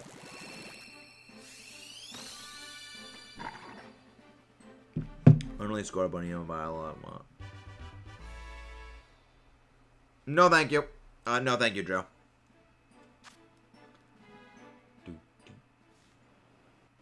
Wait, did I just read something in FUECOCO's dex entry about soap? Did I just read something about soap in the FUECOCO dex entry? I'm shiny hunting a living dex cat, so I'm gonna be hunting everything myself. I do appreciate the thought, though. I appreciate the thought, though. I mean, that is still hacking, though. That is still hacking it in, though. It is not, you know, it will be coming in home. Like, home is not gonna be too far away. Very good, decent. Nothing. Why are there no 0 speeds? I just want a minimum speed. That will be 75. There we go. You know, I'm gonna check the dangers. Like, there's something about like soap. I'm pretty sure. Oh no, a top. I misread a top as soap. There's a reason I need glasses. There's a reason I need glasses. Yeah, they do, like, periodically they do, like, ban waves where, like, if you have a thing on your game that should not be there, like, your Switch will basically just be bricked, which, one of the reasons I don't do, like, actually, we were talking about a little bit about this, like, earlier, that there's a reason I do not do any, like, surprise trading, is, like, I am always in that fear of something hacked is going to be sent, because there are people that, you know, that they get them that way, and they don't realize they're hacked, and I don't want my Switch getting bricked. I'm super paranoid about that happening.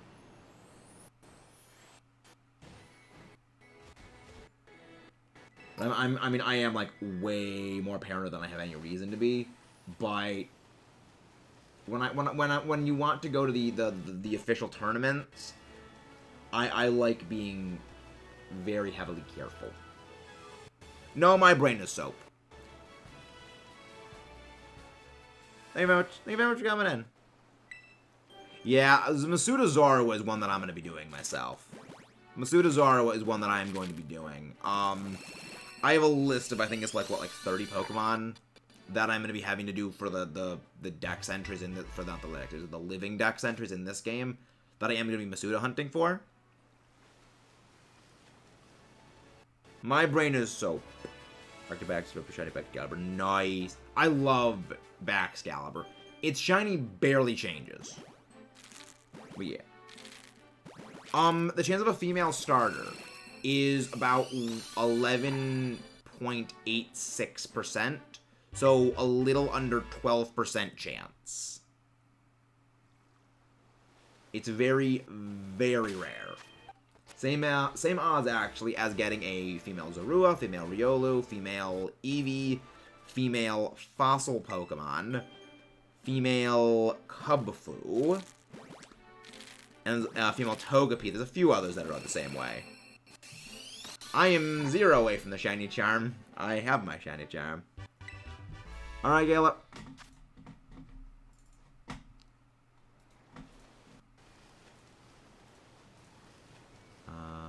Yo. Do I have everything, right? Oh, okay, no, I have everything. Oh, nice! Finally got your shiny thing.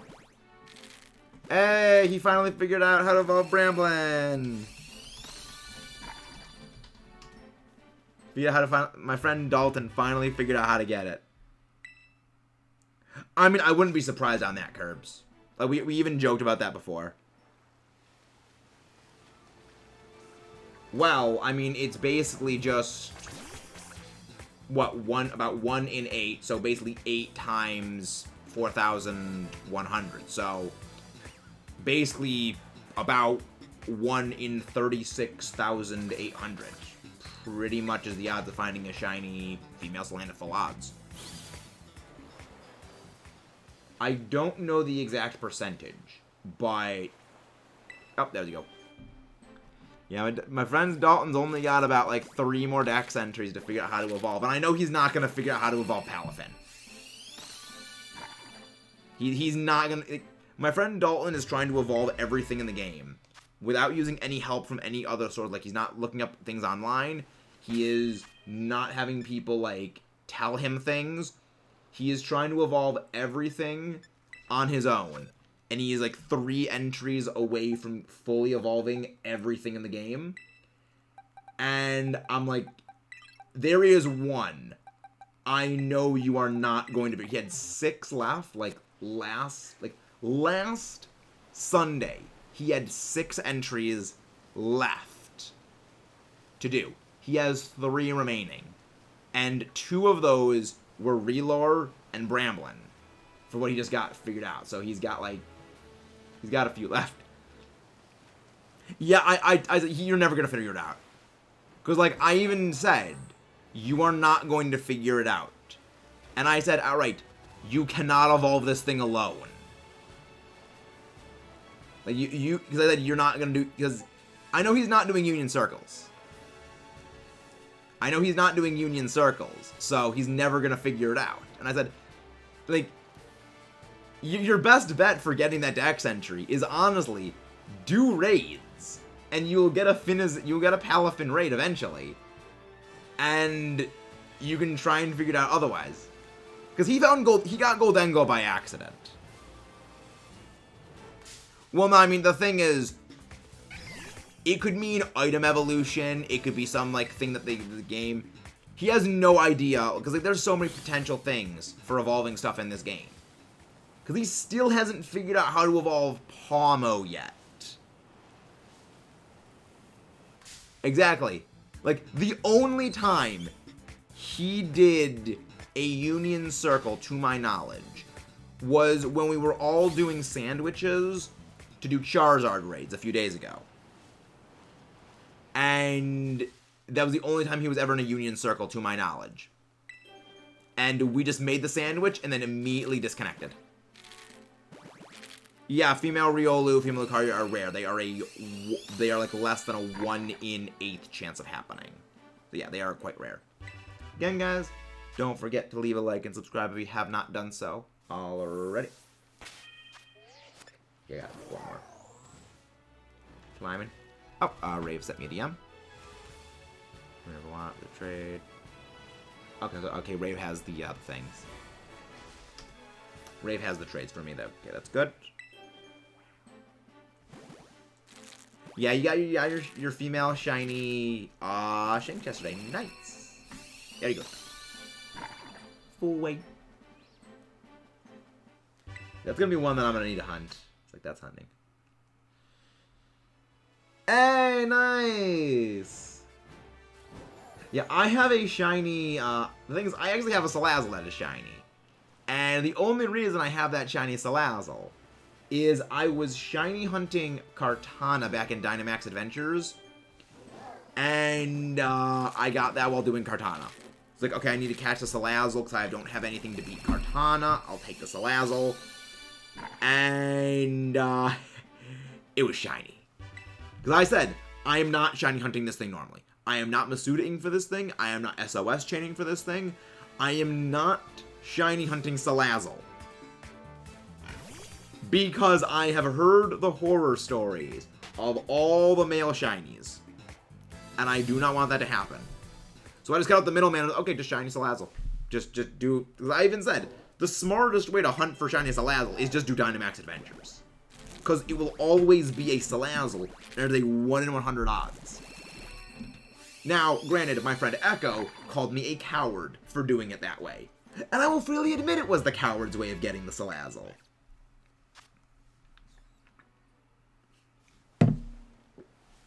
I will freely admit that I did the coward's way of getting that shiny Salazzle. Hey, nice, it's got the right ability. Wonderful. Well, I mean, remember, you can give it the right ability even if it didn't have the right one. Just ability patch it to get on or off hidden ability, and then ability capsule for the other ones. Oh yeah, right, reset hunting too. I forgot about reset hunting. It doesn't have an overworld spawn in Sword and Shield. Doesn't it, like, somewhere doesn't have an overworld spawn. I mean, I guess that could have worked, but I also forgot about that. But yeah, it was just funny because I'm like, not immediately after, but like relatively close to when I got that, I got a shiny Frostlass, because in the span of a single 24 hours, I got a shiny Marshtomp, a shiny Salazzle, a shiny Frostlass, and then the shiny Kartana, all in less than 24 hours. Yeah, that was certainly a day. Oh, nice Intimidate. The best. Like, Intimidate, one of the best abilities ever made. It's so good. Like, Intimidate is one of those abilities that will always be super good. Okay, we need to... Yep. Come on. There we go. Let's check the stats. Oh, I forgot to count. I forgot to take up the thing again. This is now 85, because this will be 90 when we hatch this next batch. Yes! The zero speed FUECOCO! The zero speed FUECOCO, we finally got it! Okay, you, my little bean, are going right here for safe keeping. I do not want to delete you when it comes time for the Thanos-ing. So that is good. I needed that zero speed. Because you are going to be Trick Room now. So I'm going to need one for a Trick Room team. Because Skeletor does have a garbage speed stat. Which means it is perfect for Trick Room ideas. And, yeah. Like, Trick Room... Like, I mean, Skeletor with frickin' Torch Song. That's terrifying. Yeah, about dang time too, yeah. Oh, nice, shiny Wooper. Nice. Again, we're gonna be hunting that one as well. That's gonna be another one we're hunting. I do love Wooper though. I love it. But I will say, I like Clodsire is better than Quagsire in my eyes. Like, Quagsire is good, but like Clodsire is basically Quagsire if it were a dog. And, like, yeah, it's perfect. It's like, Clodsire is perfection. I love it. Do do do do do do do do do do do do do do. Nice. Yeah, that FUECOCO is going to be the instrument of future Trick Room teams. Future Trick Room teams will be delightful with that.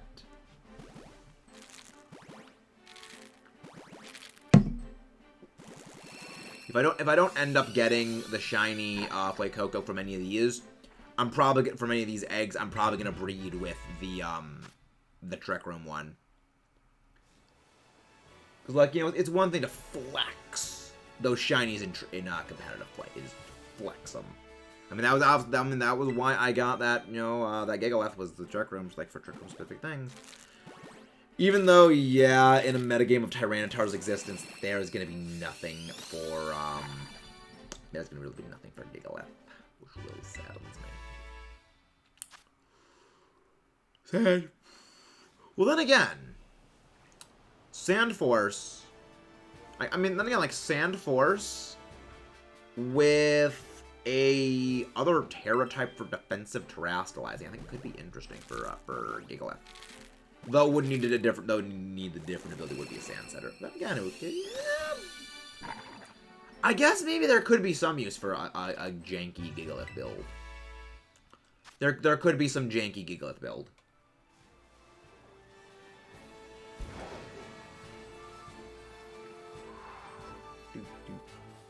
egg. This is egg. Ah, low speed. So also you give it like a low speed nature. Nice. Again, guys, do not forget to leave a like and subscribe for more. Fue. FUECOCO. The crackle. The happy little pepper crackle. One more egg and then we're gonna be at 90. Yes, but yeah, you get like I think like the color swap, like the darker parts become white and like the white part the darker parts become white and the white parts become darker. I think for Chinese pupa, no, not pupa, scatterbug.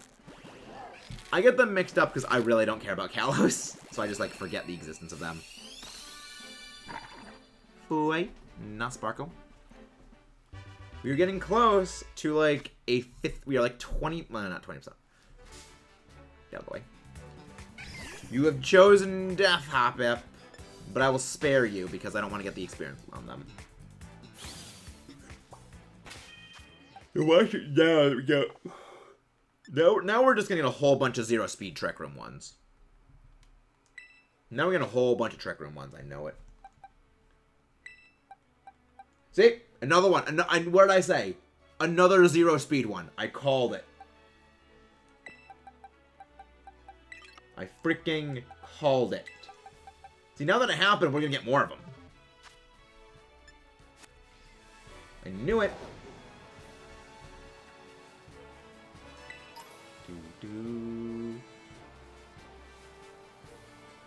I have no idea what any of that means, Jared. All of that went right over my head. Like, all of that, right over my head.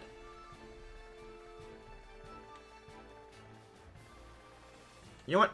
You know what? Let's hatch these eggs. We will hatch these FUECOCO eggs in a powerful place. Befitting of a powerful starter. We will hatch these eggs in Area 0. I'm also totally not going into Area 0 for hatching these eggs. Just in the vain hope that I find another shiny of something in here. It's definitely not that. Controller, stop freaking out. It's definitely not that, guys. It's definitely not that. Here we go. Yeah, I have no idea what Five Nights at Freddy's is. I have no idea who Matthew Lillard is. That the name? I think I'm pronouncing the name wrong. I have no idea who that is. Jared, you have to remember. I don't know anything. I mean, I know that they're doing a Transformers Beast Wars movie, which kind of sounds stupid, but also could be very amusing just for the sake of pure comedy. But, like, Iron Moth. Iron Moth.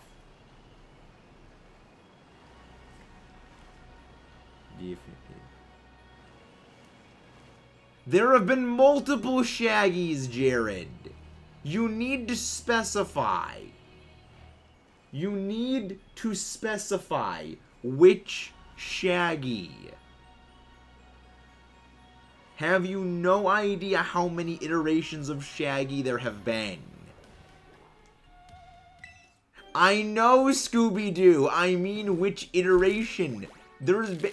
How many iterations of Scooby-Doo have there been? There's been, like, probably 50 of them at this point. Alright? You need to explain which Scooby-Doo.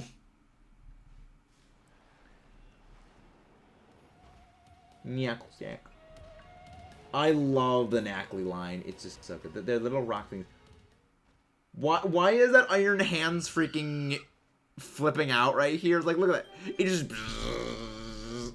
I mean, I guess that Iron Hands is having a system error. Error. Yeah, I love it. Wait. I love Iron Hands. I love like when the thing just spazzes out. Cause I mean, it's weird. Just look at it. It's just spazzing out down there. Dang it, Talonflame, you screwed things up. We wanted to watch the freaking Iron Hands freak out, and you ruined it. You stupid bird. You discount Moltres.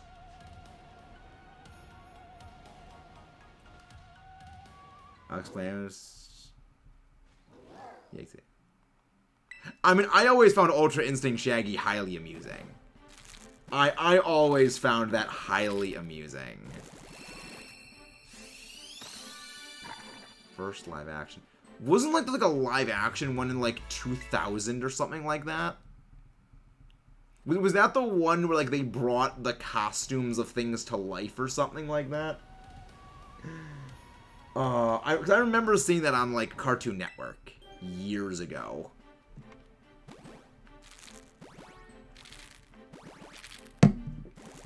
I remember seeing that years and years ago. Fue deserves many head pats. Like, FUECOCO just deserves all the head pats. He's a very good boy. He is very good boy.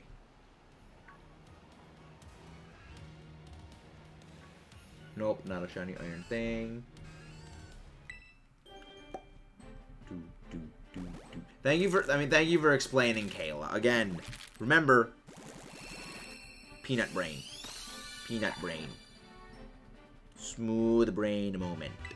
So I need you guys to explain some stuff and things. So you have chosen death, Giraffe Egg. So you have chosen death. I will spare you for this time.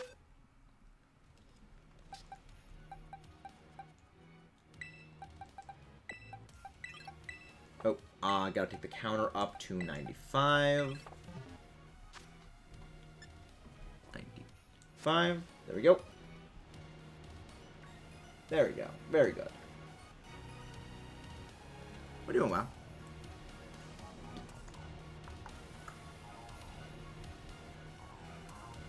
But how is everyone doing, though? How is everyone out there in the Peanut Gallery doing? Hope you guys are all doing well. Just Area Zero. Such a great place. Like this does not look nor have the music of a normal Pokemon area. Like this looks and sounds like an area that would be more at home in Xenoblade Chronicles.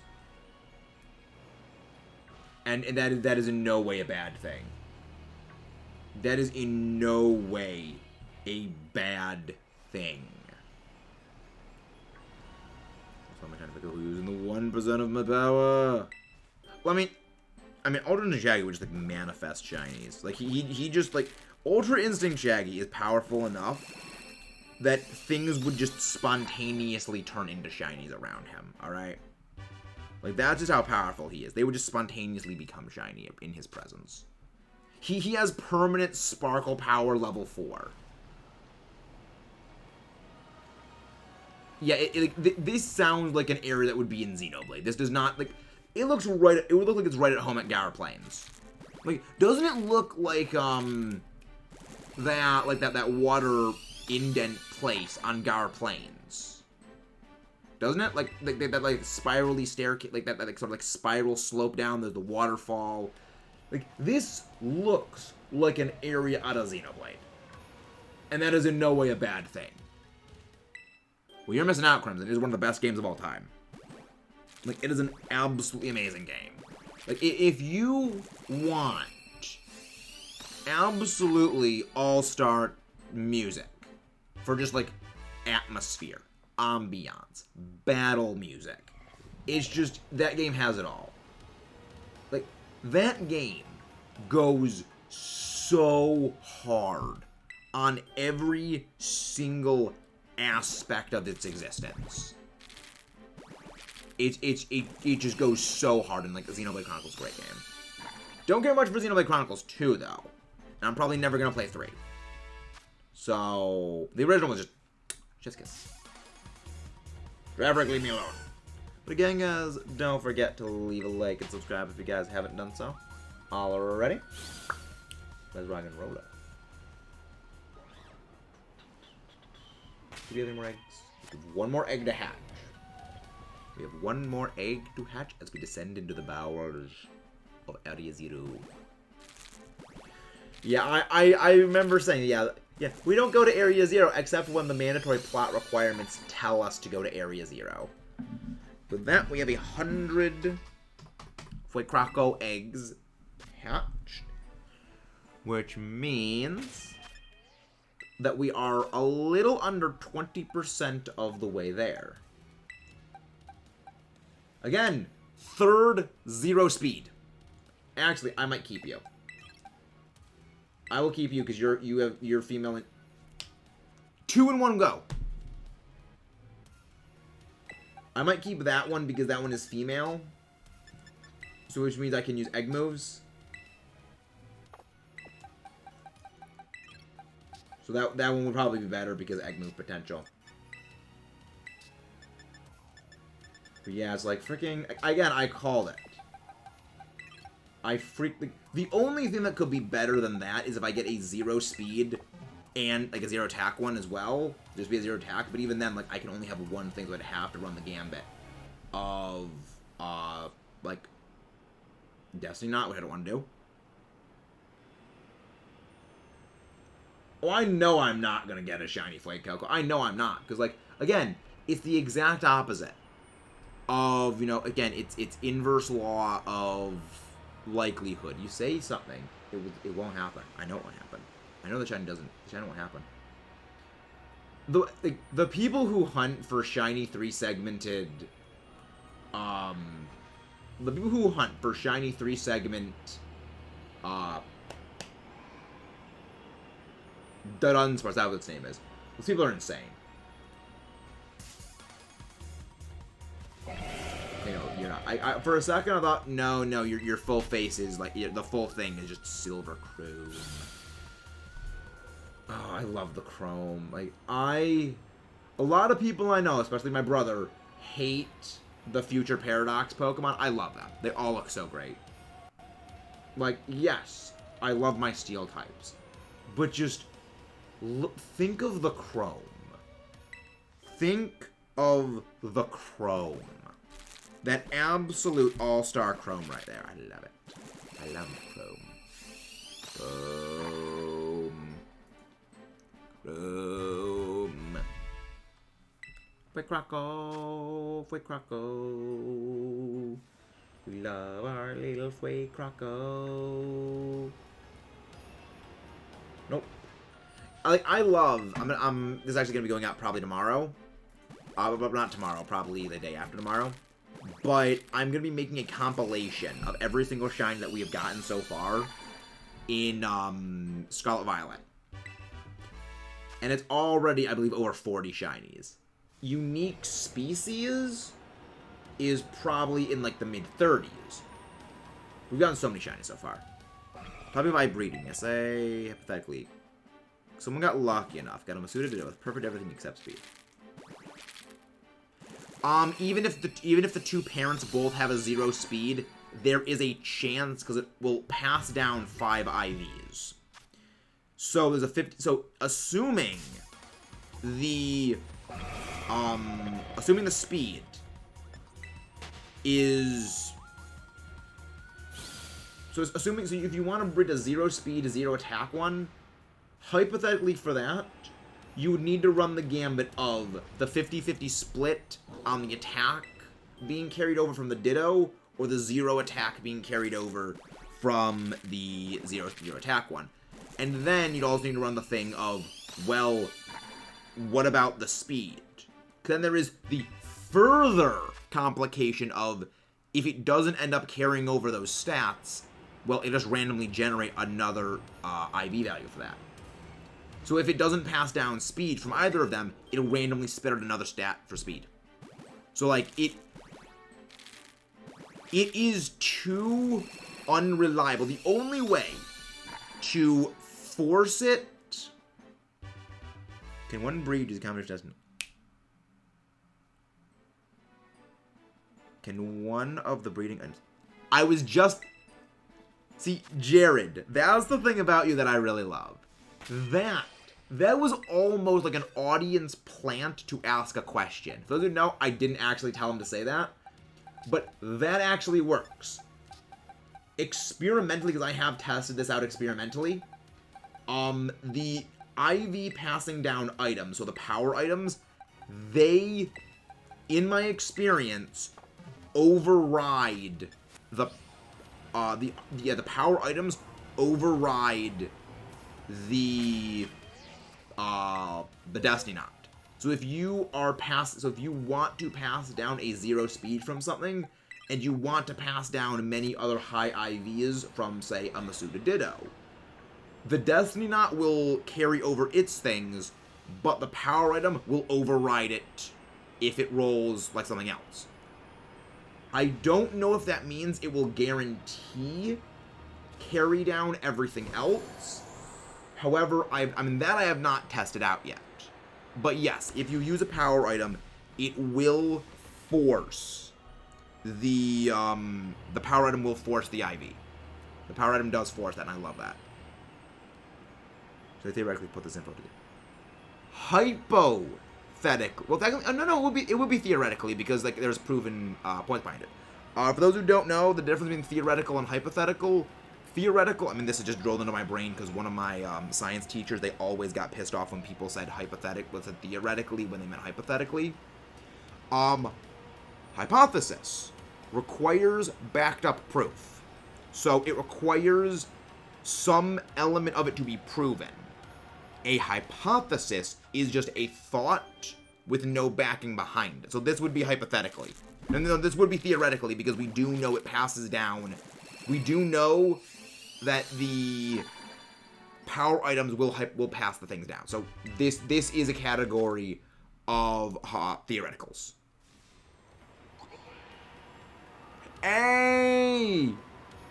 Nice! You have the shinies of both of them now, lady. You can get a Belly Bolt. I love Belly Bolt. It's so happy. Like, Belly Bolt, great shiny. I love it. No, this would be theoretically, because we've already seemingly experimentally proven that the IV power items override the Destiny Knot. So this would be in the realm of a hypothetical situation. A theoretical situation, not hypothetical. This would be a theoretical situation, Jared. Yes, I know. I'm also confused because I'm smooth brain moment. But yeah, I do want to test, though. If I could get a 0 speed, 0 attack, Ditto. And I get the Destiny. Well, I mean, I need a Ditto that does have an imperfect speed, and then test it that way to see if it passes everything down. I want to test that at some point. I'm gonna be testing that, Jared. So that way, okay, if this does work, then we can ensure if we have a 0 speed parent, a 0 speed 0 attack parent, and a 0 speed 0 attack, well, I mean just a 0 attack Ditto parent, that would see if it forces it to always be 0 attack. Oh, nice! One of them was marked! Yeah, lady, you gotta you know the marked one needs to be evolved into valuable and needs to be used for battle. Like, you know if you get a marked shiny, you have to evolve that one. Unless you have multiple marked shinies, in which case, like I do with Primeape, where I need to figure out which one I'm using. Well, I actually got way far behind on keeping up to date with my things. Okay, so we are at 30, 60, 90, 95, 100, 105, 110. I have been not keeping up on my cats. This will be 115 when we hatch this batch. Hey, we're getting raided by Roki! Welcome in! Jace. Welcome in, guys. Welcome in, Renok. Rival. How are you doing? I'm sorry I keep butchering your name, but how are you doing? How are you guys doing? Stream has been going pretty well. We've just been hatching these Masuda eggs. Good thing I've been repeatedly checking myself to make sure I have everything. We've gotten several 0 speed IV FUECOCO, which is good, because those are going to be for Trick Room teams, because I do love competitive. And Trick Room viable FUECOCO, well, Skeletor, is super appealing to me. Like, the idea of potentially using a Trick Room team with a shiny Scarlet. It's too fun. But it's streaming over. What were you streaming on your end, Rival? How was it going? Key. Thank you. I'm bad with words. Words are hard. I don't have dyslexia. It's just words are hard, and I'm bad. Hey, thank you very much for the subscribe there, Ranok95. Thank you very much for that. Hello there, Mango Jr. Welcome in. How are you doing? Thank you very much for coming in.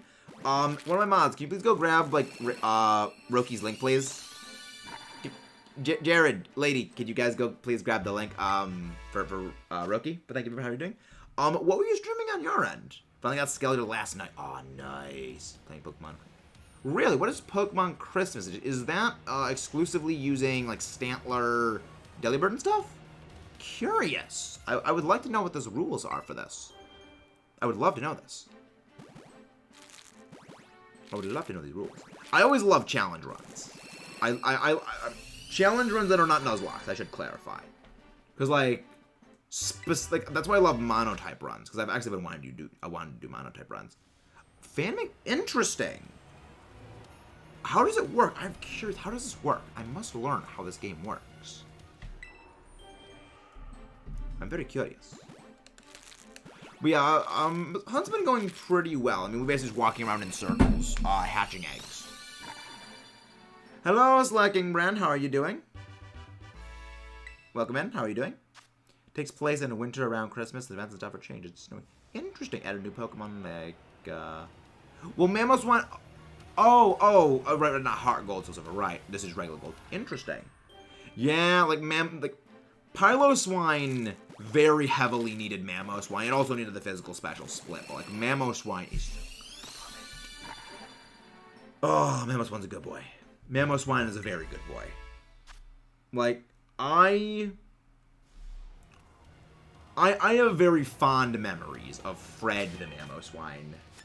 Those who don't know, the first game that we did on the channel was Heart Gold and Soul Silver. And our Mamoswine that we used was named Fred. For the reason of, he looks like a Fred. That's it.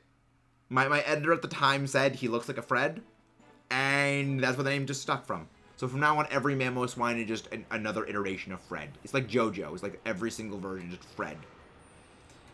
A lot faster because a lot of extra story stuff's cut. The split is added. A few. Oh yes, physical special split. No physical special split is the hardest thing for me to ever play the older games for. Like, I love the idea of Coliseum and XE. They are fantastic games. I love them. But man, it is so hard to play those games because the physical special split does not exist. It's like, because I have like one memory, like this was playing a couple of years ago. And I was using the Dragon Dance Outrage Tyranitar that duking gives you via trade.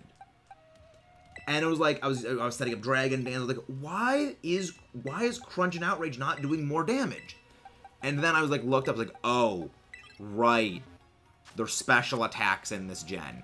So the only thing Dragon Dance was helping was Rock Slide. And I was just so much disappointment when that happened. Thank you, Curve. I mean, we're gonna be getting shiny FUECOCO. But we need to hunt 3 of these things. Because we are doing a living shiny dex. So we need to get 3 shiny FUECOCO. 1, of course, for FUECOCO itself. 1 for Crocolore. And 1 for Skeletor. Like, honestly, I would venture to say, Skeletor is probably the single strongest starter that there has ever been. Because its move automatically boosts its special attack. It's ridiculous. Rattata's crits 100% of the time, I guess. Not written for 3 hours, I'm convinced. Good definitely. Yeah. Like, there are so many Pokemon that get kneecapped by the no physical special split in Gen 2. Like Sneasel. Yeah, still no shiny Ho-Oh. Still no shiny. I mean, we haven't really done Dynamax Adventures lately, because, like, we want to be focusing on Scarlet Violet. But, yeah, we're going to get... Oh, yeah, for those who don't know, 5 times odds on Ho-Oh. 5 times odds on shiny Ho-Oh and no Sparkly Bird for Dynamax Adventures. Over a year long on that thing. Over a year long of shiny hunting that freaking bird. Wait, is that it? Oh. Dugtrio and Dunsparce can spawn up here? I did not know that. I mean, I wouldn't really say Banette suffered. I mean, it got Shadow Claw. Like, Banette got Shadow Claw, so, like, I wouldn't really say it suffered. I mean, like, yeah, Shadow Ball is not as... Shadow Ball was a little more powerful than Shadow Claw. But... I mean, that's... kind of-ish it. Yeah, Banette, like, yeah, Shadow Ball is a little stronger than Shadow Claw. Shadow Claw 70, and Shadow Ball is a, 50?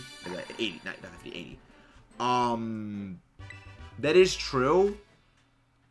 But even then, like, I mean, that's one of the things that I love that they did with the physical special split. They pretty... I mean, well, Sceptile also did suffer from the physical special split. Reason being, Leaf Blade is now physical. But, I mean, Energy Ball exists. So, like, that kind of counterbalances things. Well, that's the thing that I love that they did with the physical special split. Was, for pretty much every move that was lost on one side or the other, they added in a move of, like, generally equivalent power, like, very similar power. Because, you know, yeah, special attacking dark types, they lost Crunch, because now Crunch is a physical move. But then they added Dark Pulse, which is, you know, about the same power. It just has a different effect. And, you know, Shadow Ball, Shadow Claw. Again, not exactly a one-to-one translation, but very similar in terms of, you know, overall profile. And I do like that. Like, yeah, it's a very, very nice thing that they did.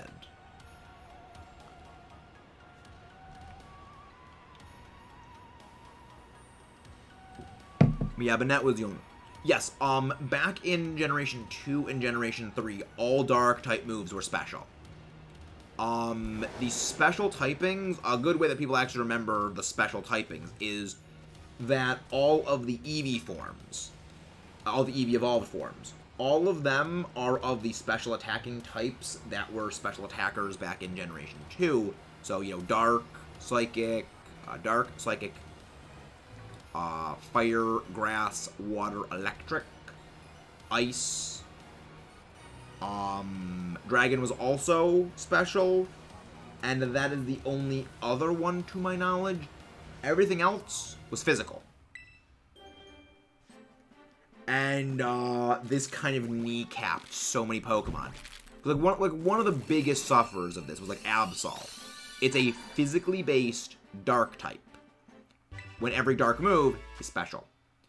Which is why I refer to the oft-quoted by me line by Mr. Chugga of Conroy.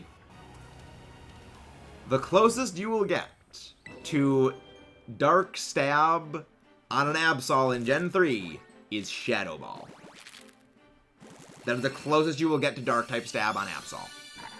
Physical Dark Stab, I think, is like... I think it says specifically like Physical Dark Stab. That might have been, like, specified that.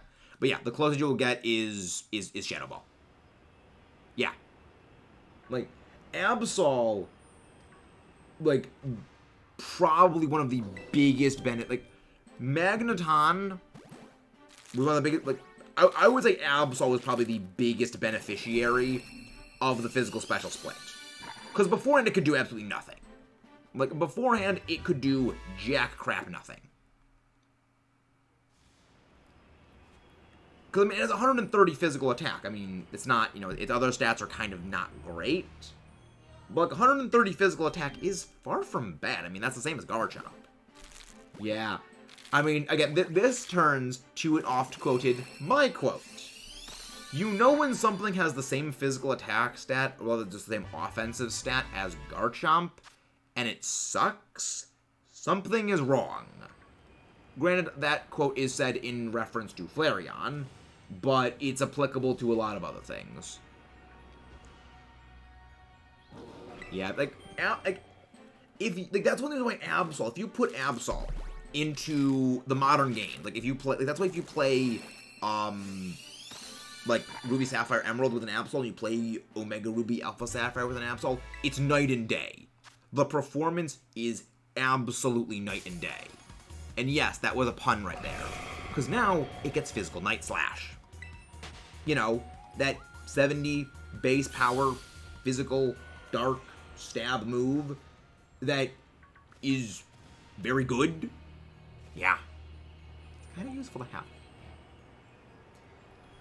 Yeah, I mean, like, there were so many Pokemon that benefited from the physical special split. Again, there are very few that suffered, and, like, again, the biggest sufferer was, like, Banette, but even then, like, Banette still got Shadow Claw. So, like, in the end, I would say there really were no sufferers of the physical special split. Maybe aside from Sceptile, because even then, like, I mean, Sceptile, again, it still has other moves. But Sceptile always had the problem of a relatively poor moveset. Though it is a bit of a big blow to Sceptile's ego that it is no longer the best Leaf Blade user. Because now, like, Leafeon's a far better Leaf Blade user. Shiftry is a far better Leaf Blade user.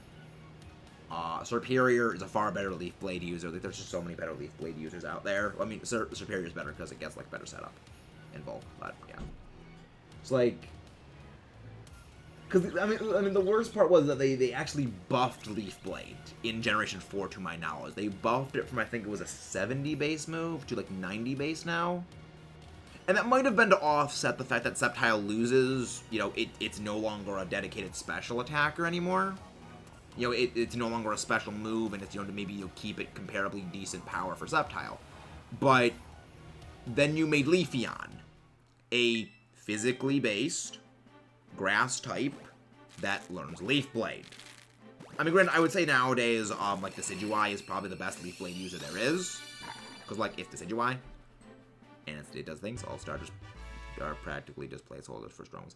I mean, I wouldn't say that. I mean, starters are among some of the strongest in every region, Moth. Starters are generally some of your most powerful options a region has to offer.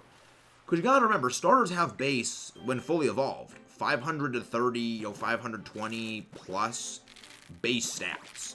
And generally, they have a very, very high stat efficiency. Stat efficiency is basically, they don't really waste too many stat points. So, like, they don't have, I mean, there's a few of them that do, like, one of them is, like, one of the big ones is Blaziken, where it does have, relatively wasteful stat spreads, because it's not very fast. Again, putting aside speed boost, it doesn't get speed boost normally. So it has, like, an 80 or something base speed, like 70 defenses, then 120 and 110 in its offenses.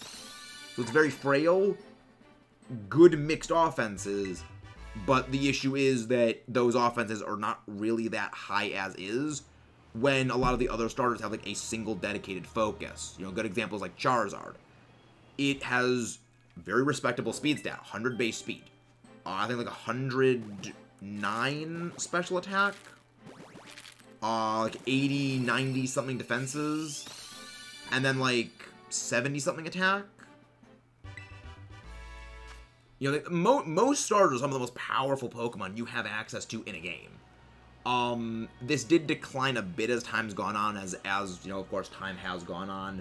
The devs have made progressively much more stat-efficient Pokemon, where they don't really waste stats all that much. But, yeah, starters are generally some of your strongest options. You know, like, you look at, like, most Pokemon in a region, they're actually pretty weak. You know, starts are generally one of your best stuff, just based on pure stats. And nowadays, especially, where they tend to get, you know, signature moves that are actually quite powerful. I mean, I oftentimes say that, yeah, Meowscarada's Flower Trick is the weakest of the 3 starter signature moves. It always critical hits, 70 base power, never misses move. But that is a 70 base power move that has stab. that always crits, so it always will deal an additional, 35% power. So basically, it's functionally 105 base power before stab. That's pretty good. But the fact that it is punching up, metaphorically, against an auto speed booster and a move that always boosts your special attack, you're not competing with those. Like, Flower Trick is by no means a bad move. It says far more about the competition it has for how good those moves are more than anything. I mean, granted, yeah, moves like, Frost Breath, I think Storm Throw is the other one, where they always crit, have really never seen much use outside of, Anger Point or Weakness Policy teams. But always bypassing defenses is something I would say is pretty helpful to have. But, like, again, a move that always boosts your special attack and always boosts your speed.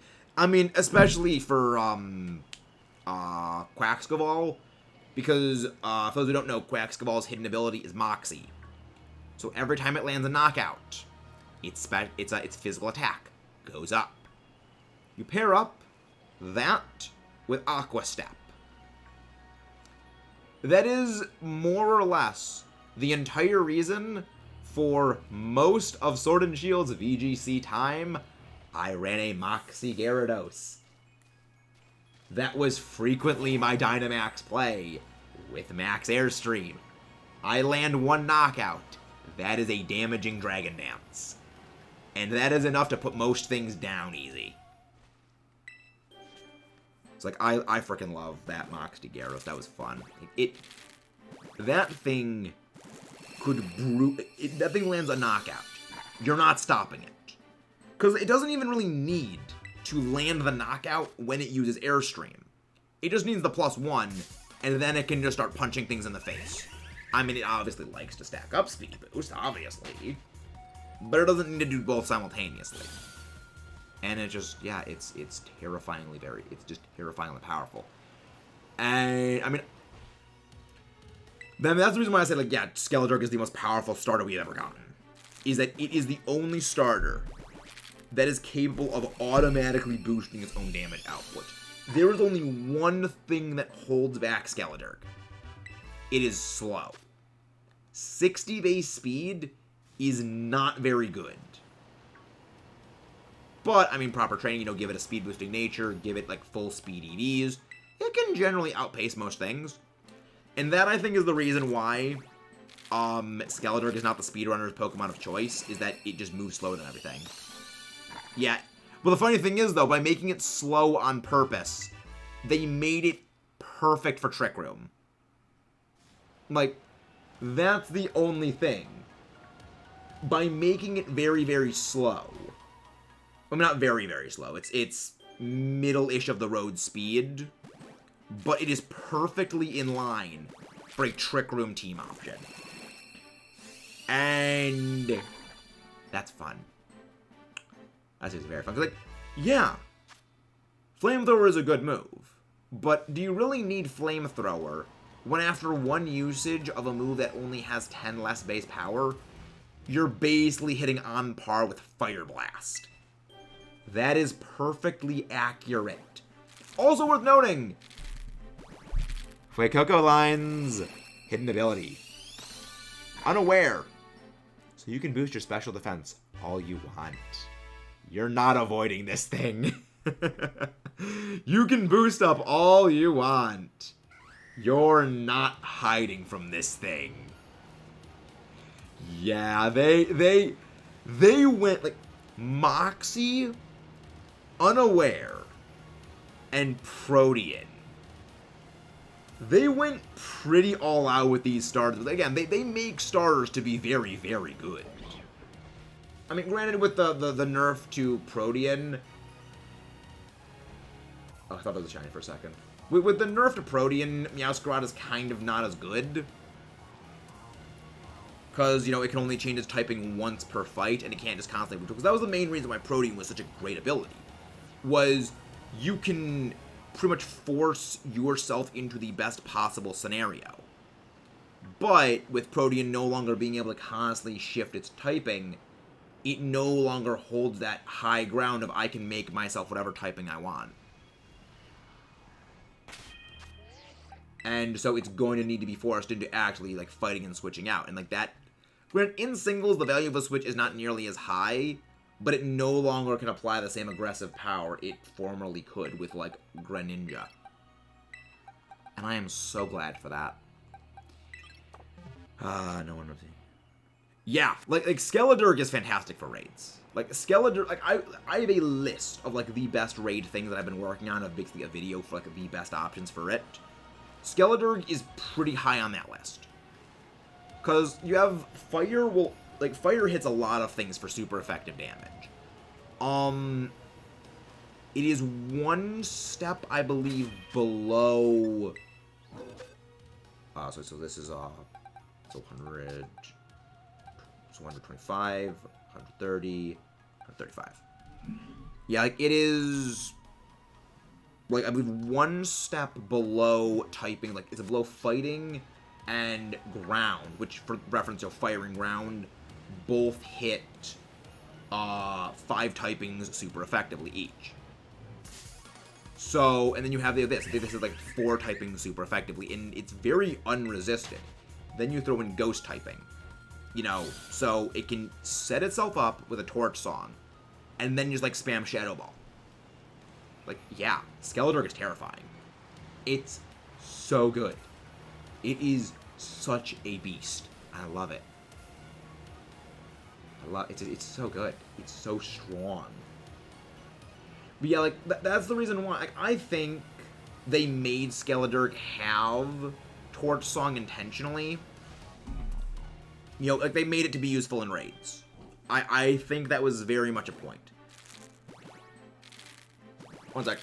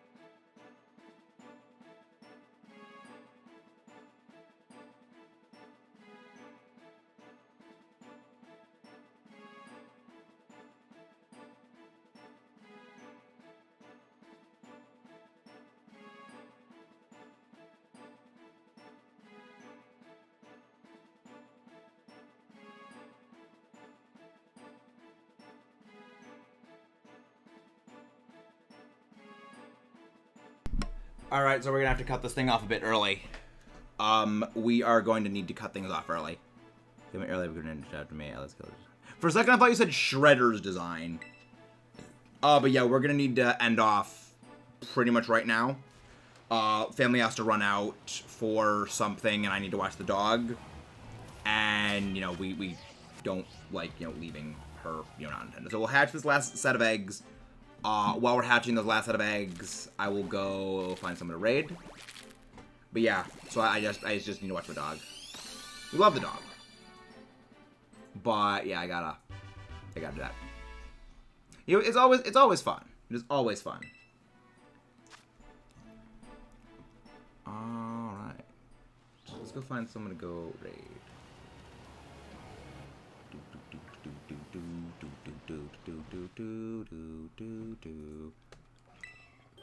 Should we? Ooh, I know who we're gonna go raid. I think I know who we're gonna raid. Yeah, I know who we're raiding. Yep, I know who we're raiding. Mudkip, you're gonna get a kick out of this.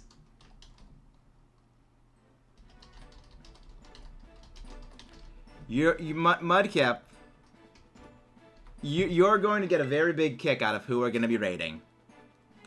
Cause I know you enjoy. I know you enjoy. I just realized there's a light bulb.